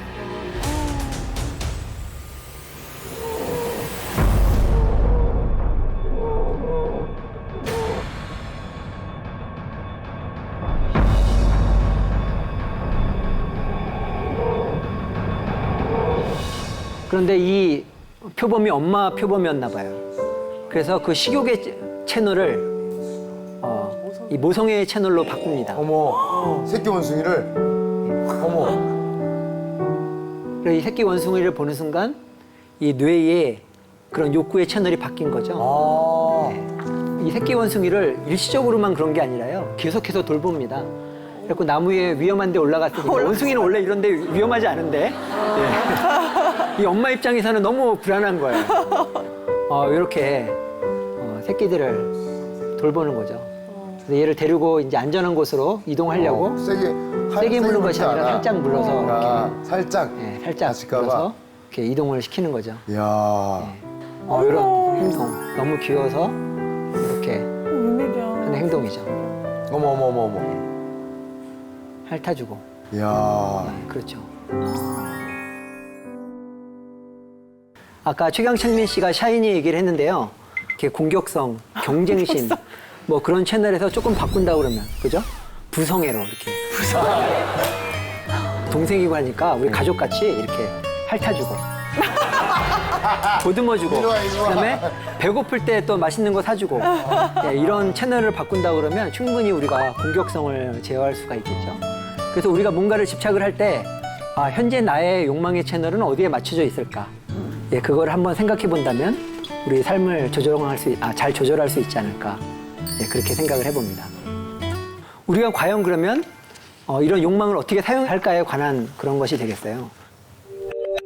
이 두 쥐를 보면은 이 두 방을 왔다 갔다 자유롭게 왔다 갔다 하죠. 그런데 이 두 쥐한테 조그만 방에 들어갈 때마다 전기 자극을 줍니다. 전기 자극을 주게 되면은 이 쥐들은 이제 절대로 이 방에 안 들어가요. 왜냐면 거기서 안 좋은 기억이 있기 때문에. 그런데 우리가 이제 쥐를 조종하는 기술이 있잖아요. 그래갖고 이 소유욕 신경 회로를 통해서 이 방에 이렇게 들어가서 탐색을 하게끔 만들었어요. 호기심을 가지고. 그래서 조금 이렇게 탐색을 하게 되죠. 그랬더니 이 쥐가 나중에 새로운 지식을 얻게 된 거예요. 이 방에는 더 이상 위험하지 않구나. 그래서 이 마이다스 장비를 끄게 되고요. 이제 자발적으로 한번 10일 뒤에 놔둬봤어요. 이 쥐는 그런 경험을 안 한 쥐고요. 이 쥐는 이 소유욕 신경을 통해서 이 방을 학습한 쥐는 여기 돌아다니죠, 그죠? 돌아다닙니다.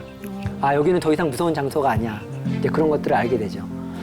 우리 욕망을 따라서 보면은 우리가 미워하는 사람도 있고 가기 싫은 장소도 있고 뭔가 하기 싫은 일도 많이 있잖아요. 근데 우리가 이렇게 욕망을 잘 적절하게 조절하게 되면은 결국에 이런 새로운 정보, 새로운 그런 지식을 얻게 된다는 것입니다. 우리 인간이 이 물건을 집착하고 소유욕을 만족시키기 위해서 열심히 노력하다가 얻은 가장 큰 각성은 뭐냐면 나만 갖고 싶은 게 아니라는 거예요. 상대방도 갖고 싶다는 깨달음이에요. 그래서 상대방한테 선물을 줬더니 상대방이 나를 좋아하게 되고 내가 상대방을 친구로 얻게 되는 거죠.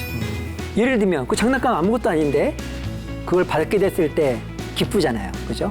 여러분 집에 돌아가실 때도 그런 조그만 장난감을 사다가 여러분이 좋아하는 친구나 여러분 가족한테 주시면 어떨까 그런 생각을 해봅니다. 무엇보다도 여러분 자신이 스스로 이런 욕망들을 여러분 인생의 자기 개발과 사회적인 성공에 잘 활용하셨으면 좋겠습니다.